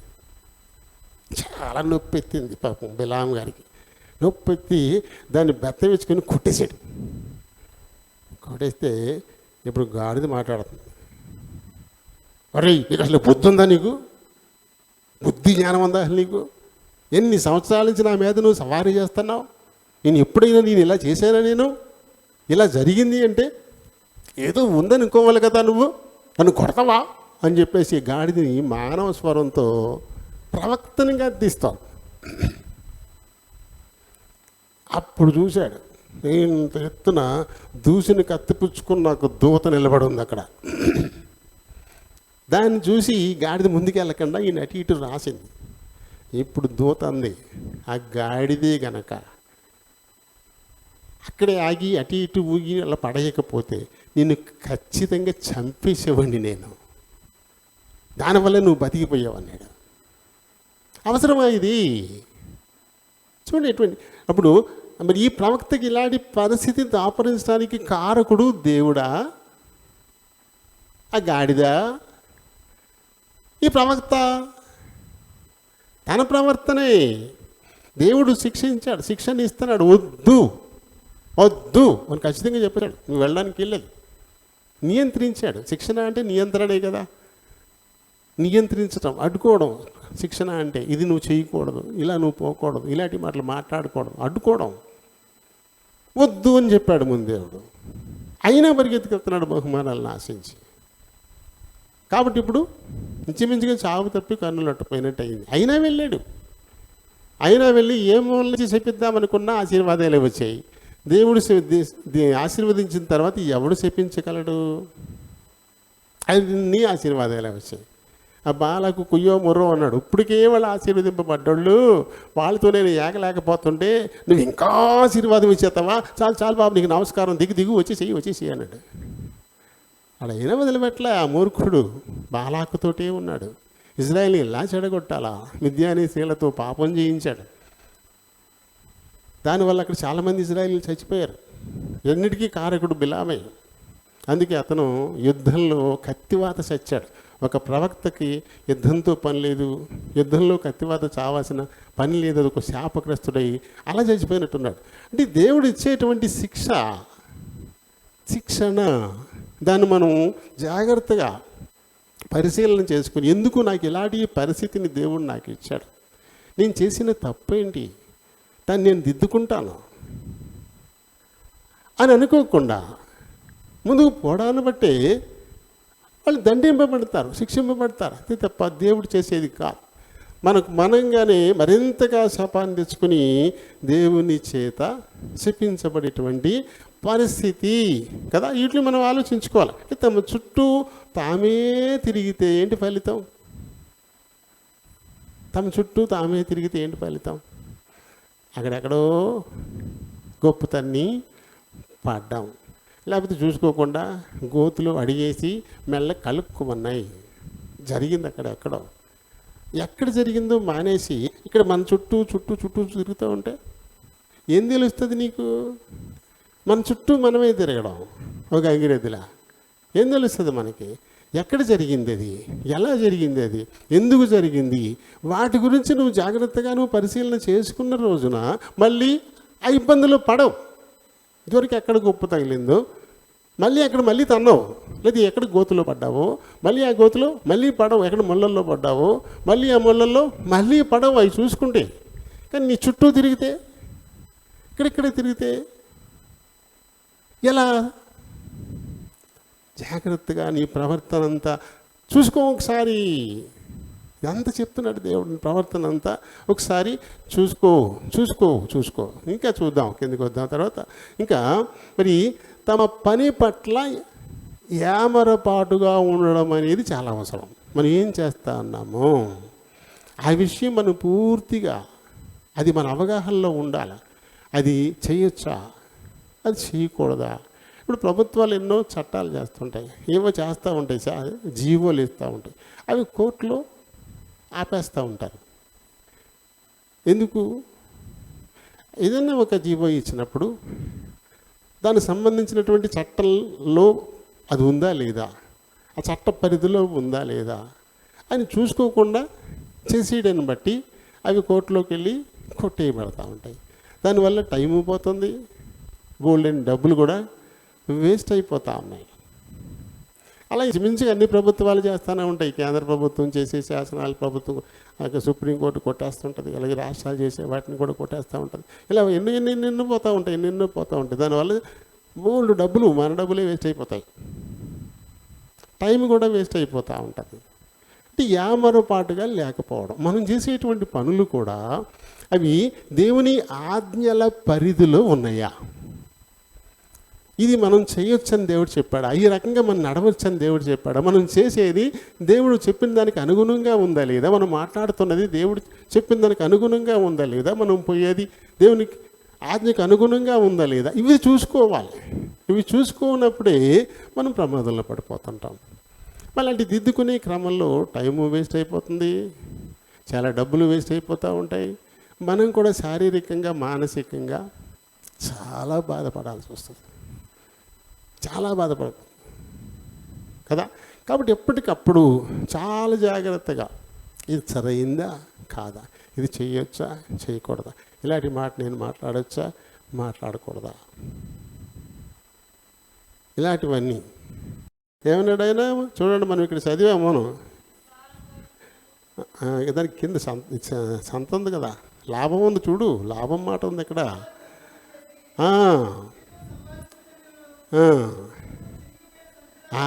మొత్తం ఈ సంపాదించిన జీతము చినిగిపోయిన సంచిలో వేసినట్టుగా ఉంటాడు. చినిగిపోయిన సంచిలో వేసాం, చాలా కష్టపడి బోళ్ళు సంపాదించి అందులో పారేసాం. ఏమైంది అది, అందరం తీసేసింది, అదే సంత లాభం చిల్లు తీర్చేసింది. దేవుడు చెప్పిన సామెత అది బయటకు వచ్చింది అది.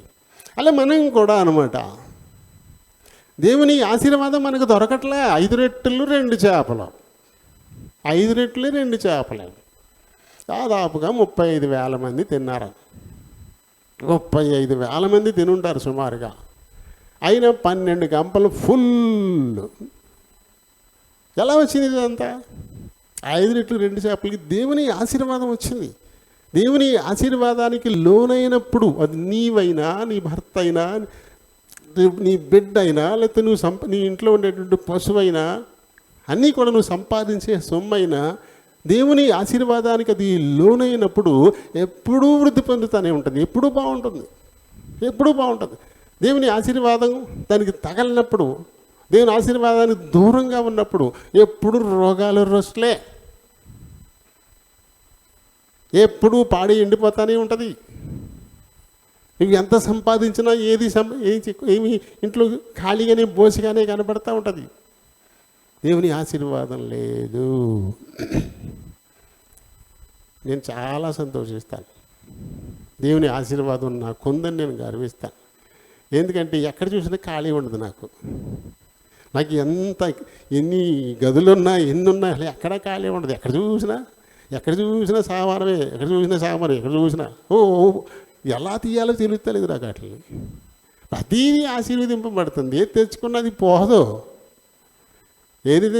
పోదు, అది అలానే ఉంటుంది. ఇంకా అలా వృద్ధి పొందుతూనే ఉంటుంది. ఎక్కడ చూసిన సామాను ఉండదు. ఇంట్లో 4 ఉంటాయి అంతేనా, 4 ఇప్పటికి పిల్లలు ఇద్దరు వచ్చారు. కానీ పైన మొత్తం ఇల్లంతా ఖాళీ ఉండదు. ఇప్పుడు కింద ఏమైనా ఉంది, కిందంతా ఖాళీ ఉండదు. పోనీ కాదు పైన ఇంకోటి వేసాం పెంట్ హౌస్ అంటే దాని నిండా ఖాళీ ఉండదు, అక్కడ సామానమే ఎక్కడ చూసినా. ఎందుకంటే అది ఆశీర్వాదం, దేవుని ఆశీర్వాదం అలా అలా అలా అలా వృద్ధి పొందుతూ ఉంటుంది అంతే. ఎంత తెచ్చినా కొన్ని ఇళ్ళు ఖాళీగానే ఉంటాయి, ఆ ఇంట్లో ఏమీ కనపడదు. ఏమైంది?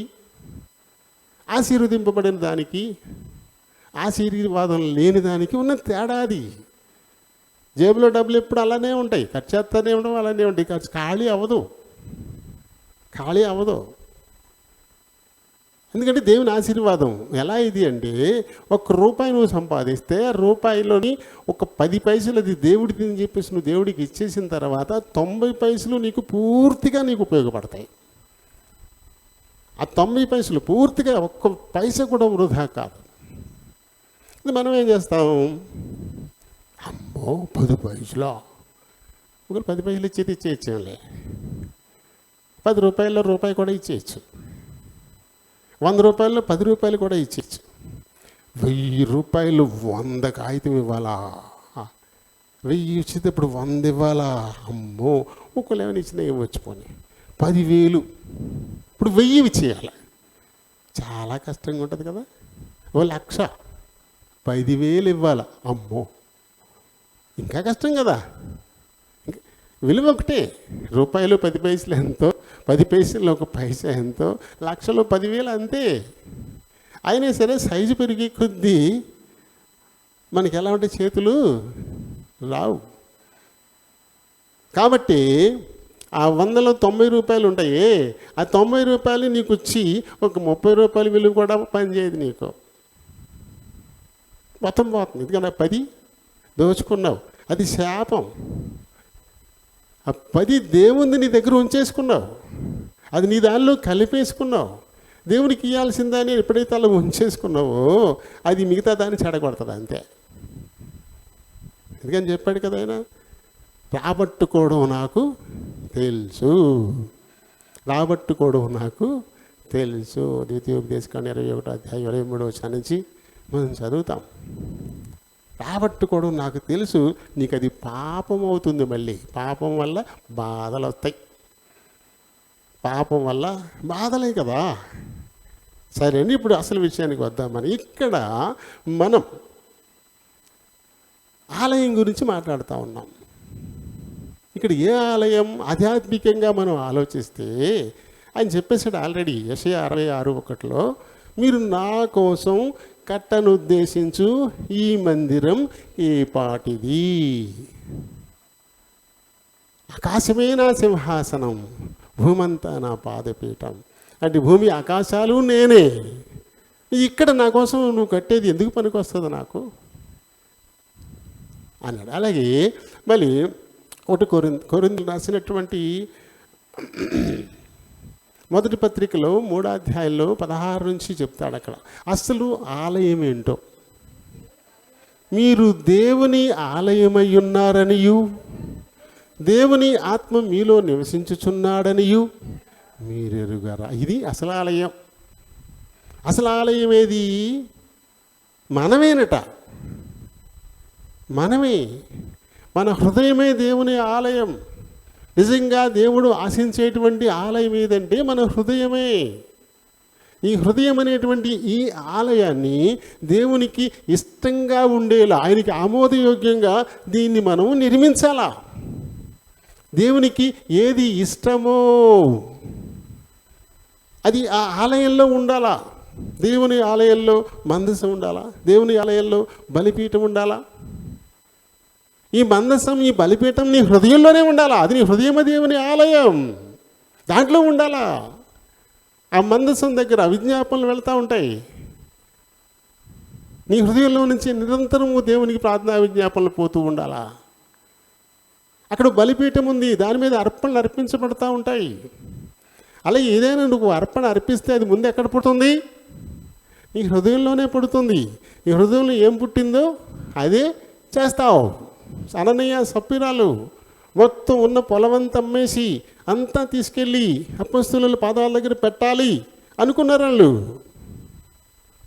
అమ్మిన తర్వాత వచ్చేసరికి అది మారిపోయింది. ఎక్కడ మారింది? అది హృదయంలో మారింది. ముందు హృదయంలో మొత్తం అన్నారు. తీరా అది పట్టుకొచ్చిన తర్వాత చూసేసరికి, ఆ మూటలు చూసేసరికి హృదయంలో మారిపోయింది. అర్పణ వాల్యూ మారిపోయింది. ఒకవేళ 10 మూటలు వచ్చుంటే ఒక మూట అట్ట పెట్టేసుకుందాం, 9 ఇద్దాం. ఎక్కడ పుట్టింది అది? ఈ అర్పణ ఎక్కడ పుట్టింది? ఆ లోపం భూయిష్టమైనటువంటి అర్పణ ఎక్కడ పుట్టింది? అది హృదయంలోనే రూపుదిద్దుకుంది కదా. నువ్వే దేవుని ఆలయమైతే నీ హృదయంలో దేవుని బలిపీఠం ఉండాలా. అర్పణలు అర్పించేటువంటి ఆ బలిపీఠం అక్కడే రూపుదిద్దుకుంటుంది. అది సరిగా ఉండుంటే నీ అర్పణ సరైనదే. దేవుడు కోరుకున్న రీతిని నీ అర్పణ ఉంటుంది. అది సరిగా లేనప్పుడు అర్పణలు మారిపోతాయి. నీ ఇష్టానికి నువ్వు వీళ్ళొక రీతి, వారేం చేస్తారు, వీళ్ళు ఏం చేస్తారు, అది చూసి చేస్తావు. దేవుడు కోరుకునేది నీ హృదయమని ఆలయం. అది ఇంకా పూర్తిగా కట్టబడలేదు. అది ఇంకా పూర్తిగా కట్టబడలేదు.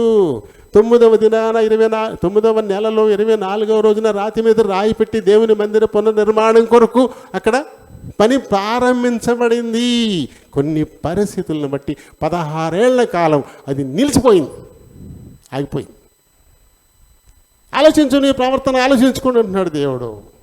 అలాగే ఇక్కడికి ఎన్ని సంవత్సరాలుగా మనం ఇక్కడికి వస్తున్నా మన హృదయం దేవునికి యోగ్యమైనటువంటి ఆలయంగా నిర్మింపబడిందా? దీన్ని మనం ఆలోచించుకోవాలి. ఏవి ఆపేస్తూ ఉన్నాయి? ఎందుకు దేవునికి ఆమోదయోగ్యమైనటువంటి ఆలయంగా నీ హృదయం రూపుదిద్దుకోవడం లేదు? ఎందుకు నీ హృదయంలో దేనికి అవసరమైనటువంటి ఒక మందసం లేదు? దేవునికి ఇష్టమైనటువంటి ఒక బలి అర్పణ బలిపీఠం ఎందుకు నీ హృదయంలో ఇంకా రూపుదిద్దుకోలేదు? ఆయన బలిపీఠం మీద 2 గోడలు ఇవ్వాలంటే 2 గోడలే ఇవ్వాలా? 7 గోడలు ఇవ్వాలంటే 7 గోడలనే ఇవ్వాలా? తగ్గించడానికి లేదు. ఏం చెప్పాడో దేవుడు ఆ ప్రకారంగా అన్నీ దాని మీద అర్పణ చేయాల్సిందే. ఎలా చేయాలి అని చెప్పాడో అలా చేయాల్సిందే. అలాంటి బలిపీఠం నీ హృదయంలో ఉండుంటే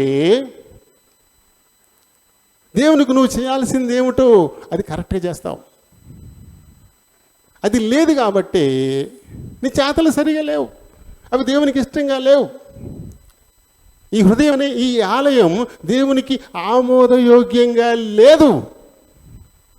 ఆత్మఫలం అవన్నీ ఆ ఆలయంలో ఉండాలా. గలతీయులకు రాసిన పత్రిక 5వ అధ్యాయం 22వ వచనం చూడు.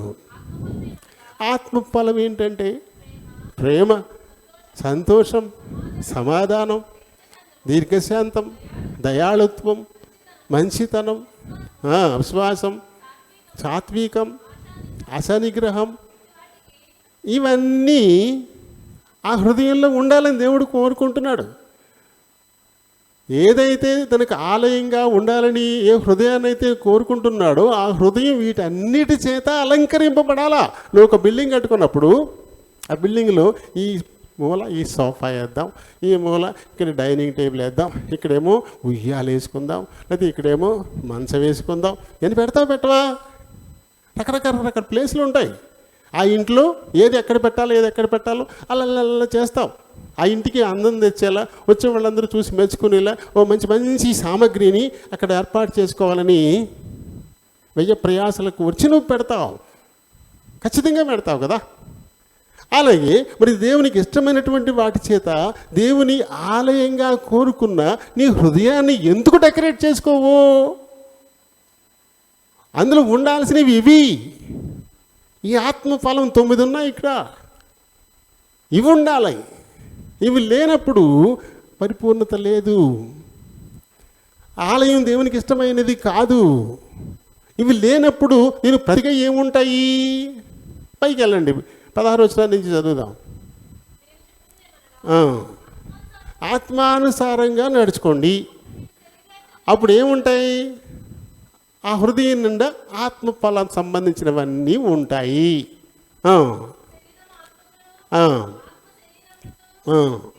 విరోధంగా అపేక్షిస్తూ ఉంటాయి కదా.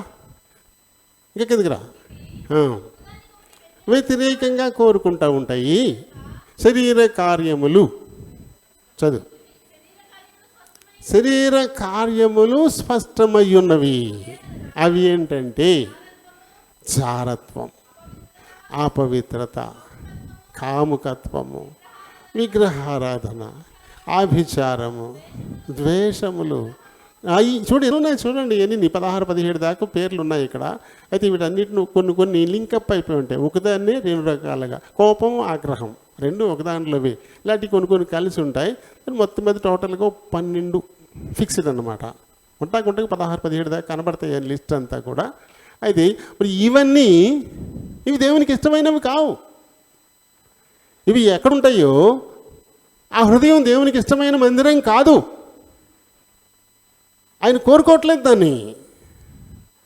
అవన్నీ ఆ హృదయం నుండి నింపేసుకుని నువ్వు ఉంటే నీ జీవితంలో ఎక్కడ సంతోషం ఉంటుంది?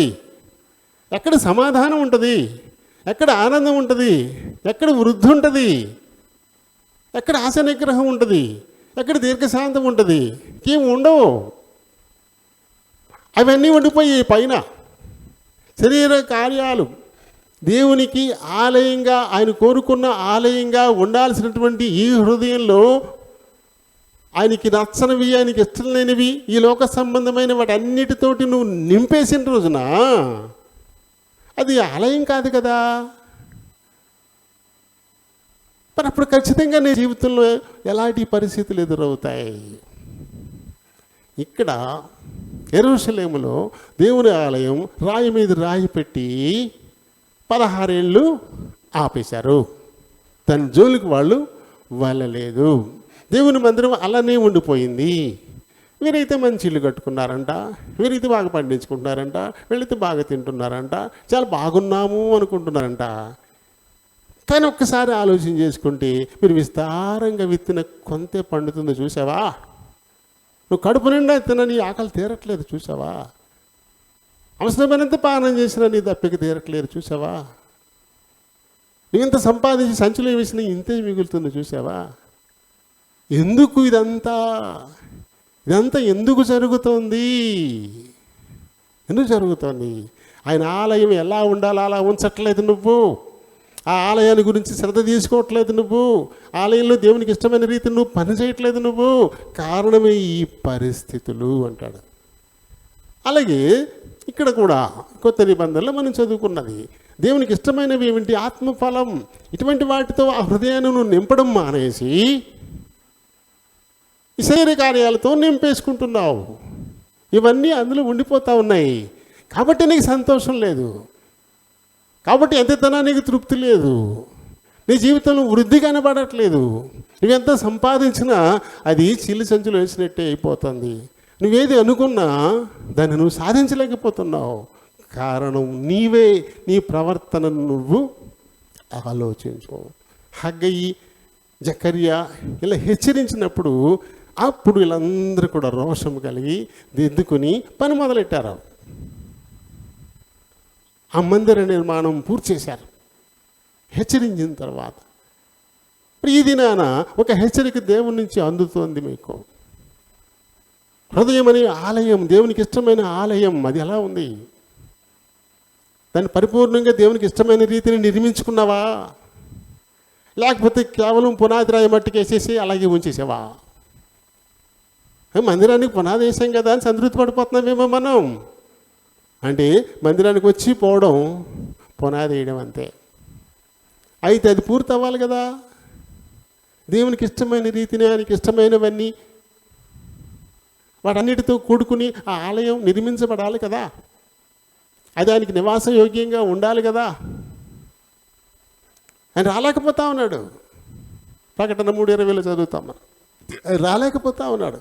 ఇదిగో తలుపు వద్ద నిలబడి నేను తడుతా ఉన్నాను, తలుపు దగ్గర నిలబడి నేను తడుతా ఉన్నాను లోపలికి వద్దామని. నువ్వు తీట్లా. కారణం ఏంటి?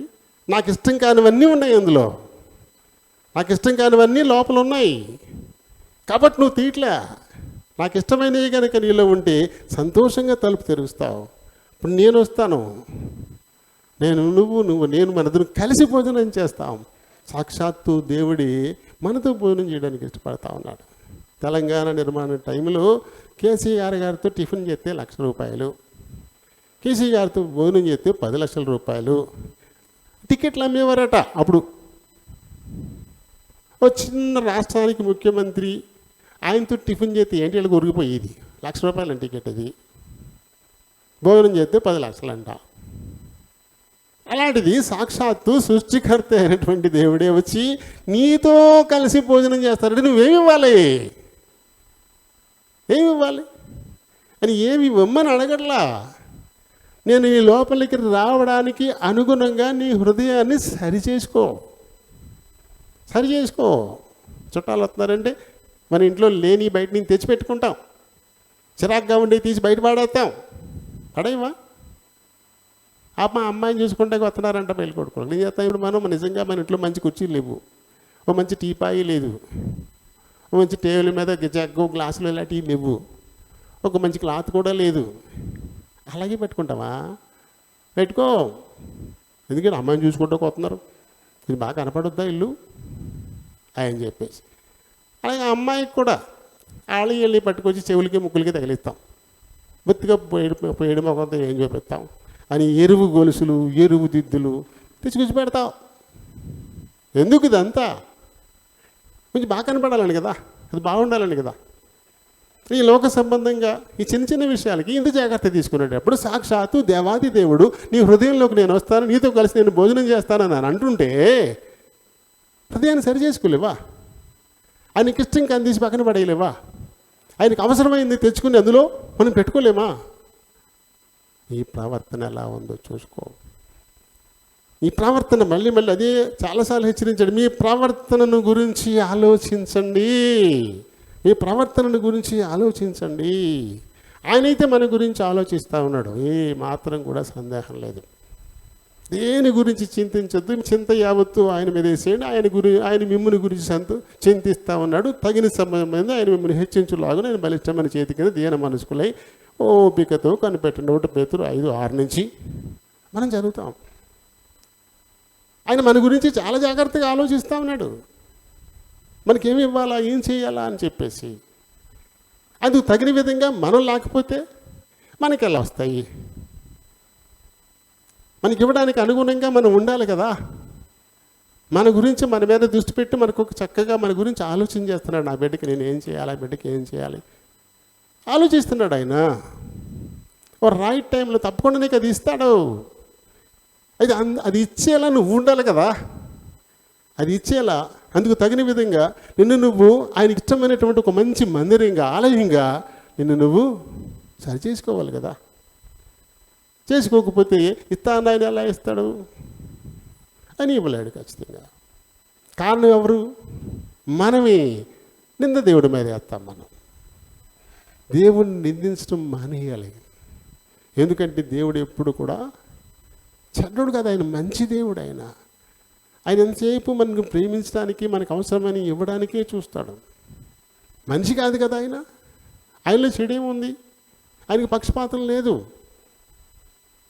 ఏదైనా మన క్రియలను బట్టి మనకు ఫలం ఇవ్వబడుతుంది తప్ప కేవలం ఆయన మట్టుకు ఆయనే ఆలోచించి మనకి ఏది మనల్ని బాధపెట్టాలని ఇవ్వడు. ఖచ్చితంగా ఇవ్వడు. ఆయన మనల్ని శోధించడు. ఈ విషయాన్ని మనం ఆలోచించాలి. యాకోబు 1వ అధ్యాయంలో 13వ వచనం నుంచి ఉంటుంది కదా. ఏముంటుంది అక్కడ? ఏముంటుంది అక్కడ? కీడు కొరకు దేవుడు ఎవరిని కూడా శోధించడు. కాబట్టి ఎవడైనా నేను శోధింపబడుతున్నానని చెప్పడానికి వీల్లేదు. ప్రతివాడు తన స్వకీయమైనటువంటి దురాశల చేత మరులు గొల్పబడి ఏడవబడిన వాడై శోధనలో పడిపోతాడు. శోధనలు ఎందుకు పడిపోతున్నాడు? తనకు తానుగానే తన స్వకీయమైన దురాశల చేత మరులు గొల్పబడి ఏడవబడిన వాడై శోధనలో పడిపోతున్నాడే తప్ప దేవుడు ఎవరిని శోధించాడు. కాబట్టి దేవుడు ఎందుకు నన్ను ఇలా పరీక్షిస్తున్నాడు, దేవుడు ఎందుకు నన్ను ఇలా శోధిస్తున్నాడు? సులువుగా ఉంది కదా అని మన నోటితో మనం అలా అనేస్తూ ఉన్నాం. ఏది నీకు ఎదురైనా అది నీ ప్రవర్తన ఫలితం. ఆలోచించుకో, నువ్వు ఆలోచించుకో. నీ ప్రవర్తనే నీ పంట సరిగా పండకపోవడం అంటాడు ఆయన. నీ ప్రవర్తనే నీకు తృప్తి లేకపోవడం అంటాడు ఆయన. నీ ప్రవర్తనే నీకేం మిగలకుండా పోతుంది అంటున్నాడు. ఈ ప్రవర్తనని గురించి చాలా జాగ్రత్తగా నువ్వు ఆలోచించుకో. నన్ను తప్పుపట్టడం కాదు, నా మీద నిందలేయడం కాదు. దేవుడు ప్రశ్నిస్తూ ఉన్నాడు, ఇవన్నీ ఎందుకు జరుగుతూ ఉన్నాయి, ఎందుకు జరుగుతూ ఉన్నాయి, ఎంతవరకు నువ్వు కారణం దానికి, దాన్ని నువ్వు సరిచేసుకో. నువ్వు సరి చేసుకున్న రోజున ఏమన్నాడు? చివరికి వచ్చేసరికి ఇప్పుడు దాకేదో జరిగిపోయింది. 19వ వచనంలో చూస్తారు, 2:19 ఉంటుంది కదా, చివరి భాగంలో ఉంటుంది. అయితే ఇది మొదలుకొని నేను మిమ్మును, ఇది మొదలుకొని ఎప్పుడైతే నిన్ను నువ్వు దిద్దుకుంటావో, ఎప్పుడైతే నీ ప్రవర్తన నువ్వు సరి చేసుకుంటావో, ఎప్పుడైతే దేవునికి ఇష్టమైన రీతి నిన్ను నువ్వు మార్చుకుంటావో అప్పటి నుంచి మొదలు పెడతానంటున్నాడు. అది ఎప్పుడైనా కావచ్చు, ఇప్పుడే కావచ్చు, అది రేపు కావచ్చు, వారం పోయిన తర్వాత కావచ్చు, మన చేతిలోనే ఉంది అది. ఇప్పటికిప్పుడు మనం సిద్ధంగా ఉంటే ఎప్పటి నుంచే దీవించడం మొదలు పెడతాడు. లేదు రేపటికి నువ్వు సిద్ధపడితే రేపటి నుంచి దీవించడం మొదలు పెడతాడు. కొన్ని నెలలు పోయిన తర్వాత నువ్వు సిద్ధపడితే, ఒకళ్ళు బతుకుంటే అప్పటి నుంచి దీవించడం మొదలు పెడతాడు. ఇది మొదలుకొని, ఇది ఏది అది మనమే నిర్ణయించుకోవాలా. ఇది మొదలుకొని అంటే అది మనమే నిర్ణయించుకోవాలని ఎప్పటి నుంచే నా హృదయం నీకు యోగ్యమైనదిగా నేను చేసుకుంటాను, యోగ్యమైన ఒక మంచి ఆలయంగా నువ్వు నివసించడానికి వీలుగా నా హృదయాన్ని నేను ఆత్మఫలంతో నింపుకుంటాను. నీ స్వరముని ఇప్పుడే నేను తెరుస్తాను, ఇప్పుడే నా హృదయంలోకి వచ్చేసేయి. మనం కలిసి భోజనం చేద్దాం అని ఒక మంచి నిర్ణయాన్ని నీవు ఇప్పుడే తీసుకుంటే ఎప్పటి నుంచే నిన్ను ఆశీర్వదించడం మొదలు పెడతారు. ఇది మొదలుకొని నిన్ను ఆశీర్వదిస్తాను, దేవుడు ఇస్తామని అడిగే మాట మరి కదా. కాబట్టి ఇక బాల ఎవరి కోట్లో ఉంది, ఇక దేవుని దగ్గర లేదు. అదే మన కోట్లో గెట్టేశాడు దేవుడు. ఇప్పుడు జాగ్రత్తగా గోల్లో వేసుకోవడం మన పనే. చాలా జాగ్రత్తగా బాలుగారు నువ్వు గోల్లో పంపించుకోగలిగితే ఇప్పటి నుంచి నిన్ను ఆశీర్వదించు దేవుడు మొదలెడతాడు. దేవుడి మాటల్ని దీవించునుగాక.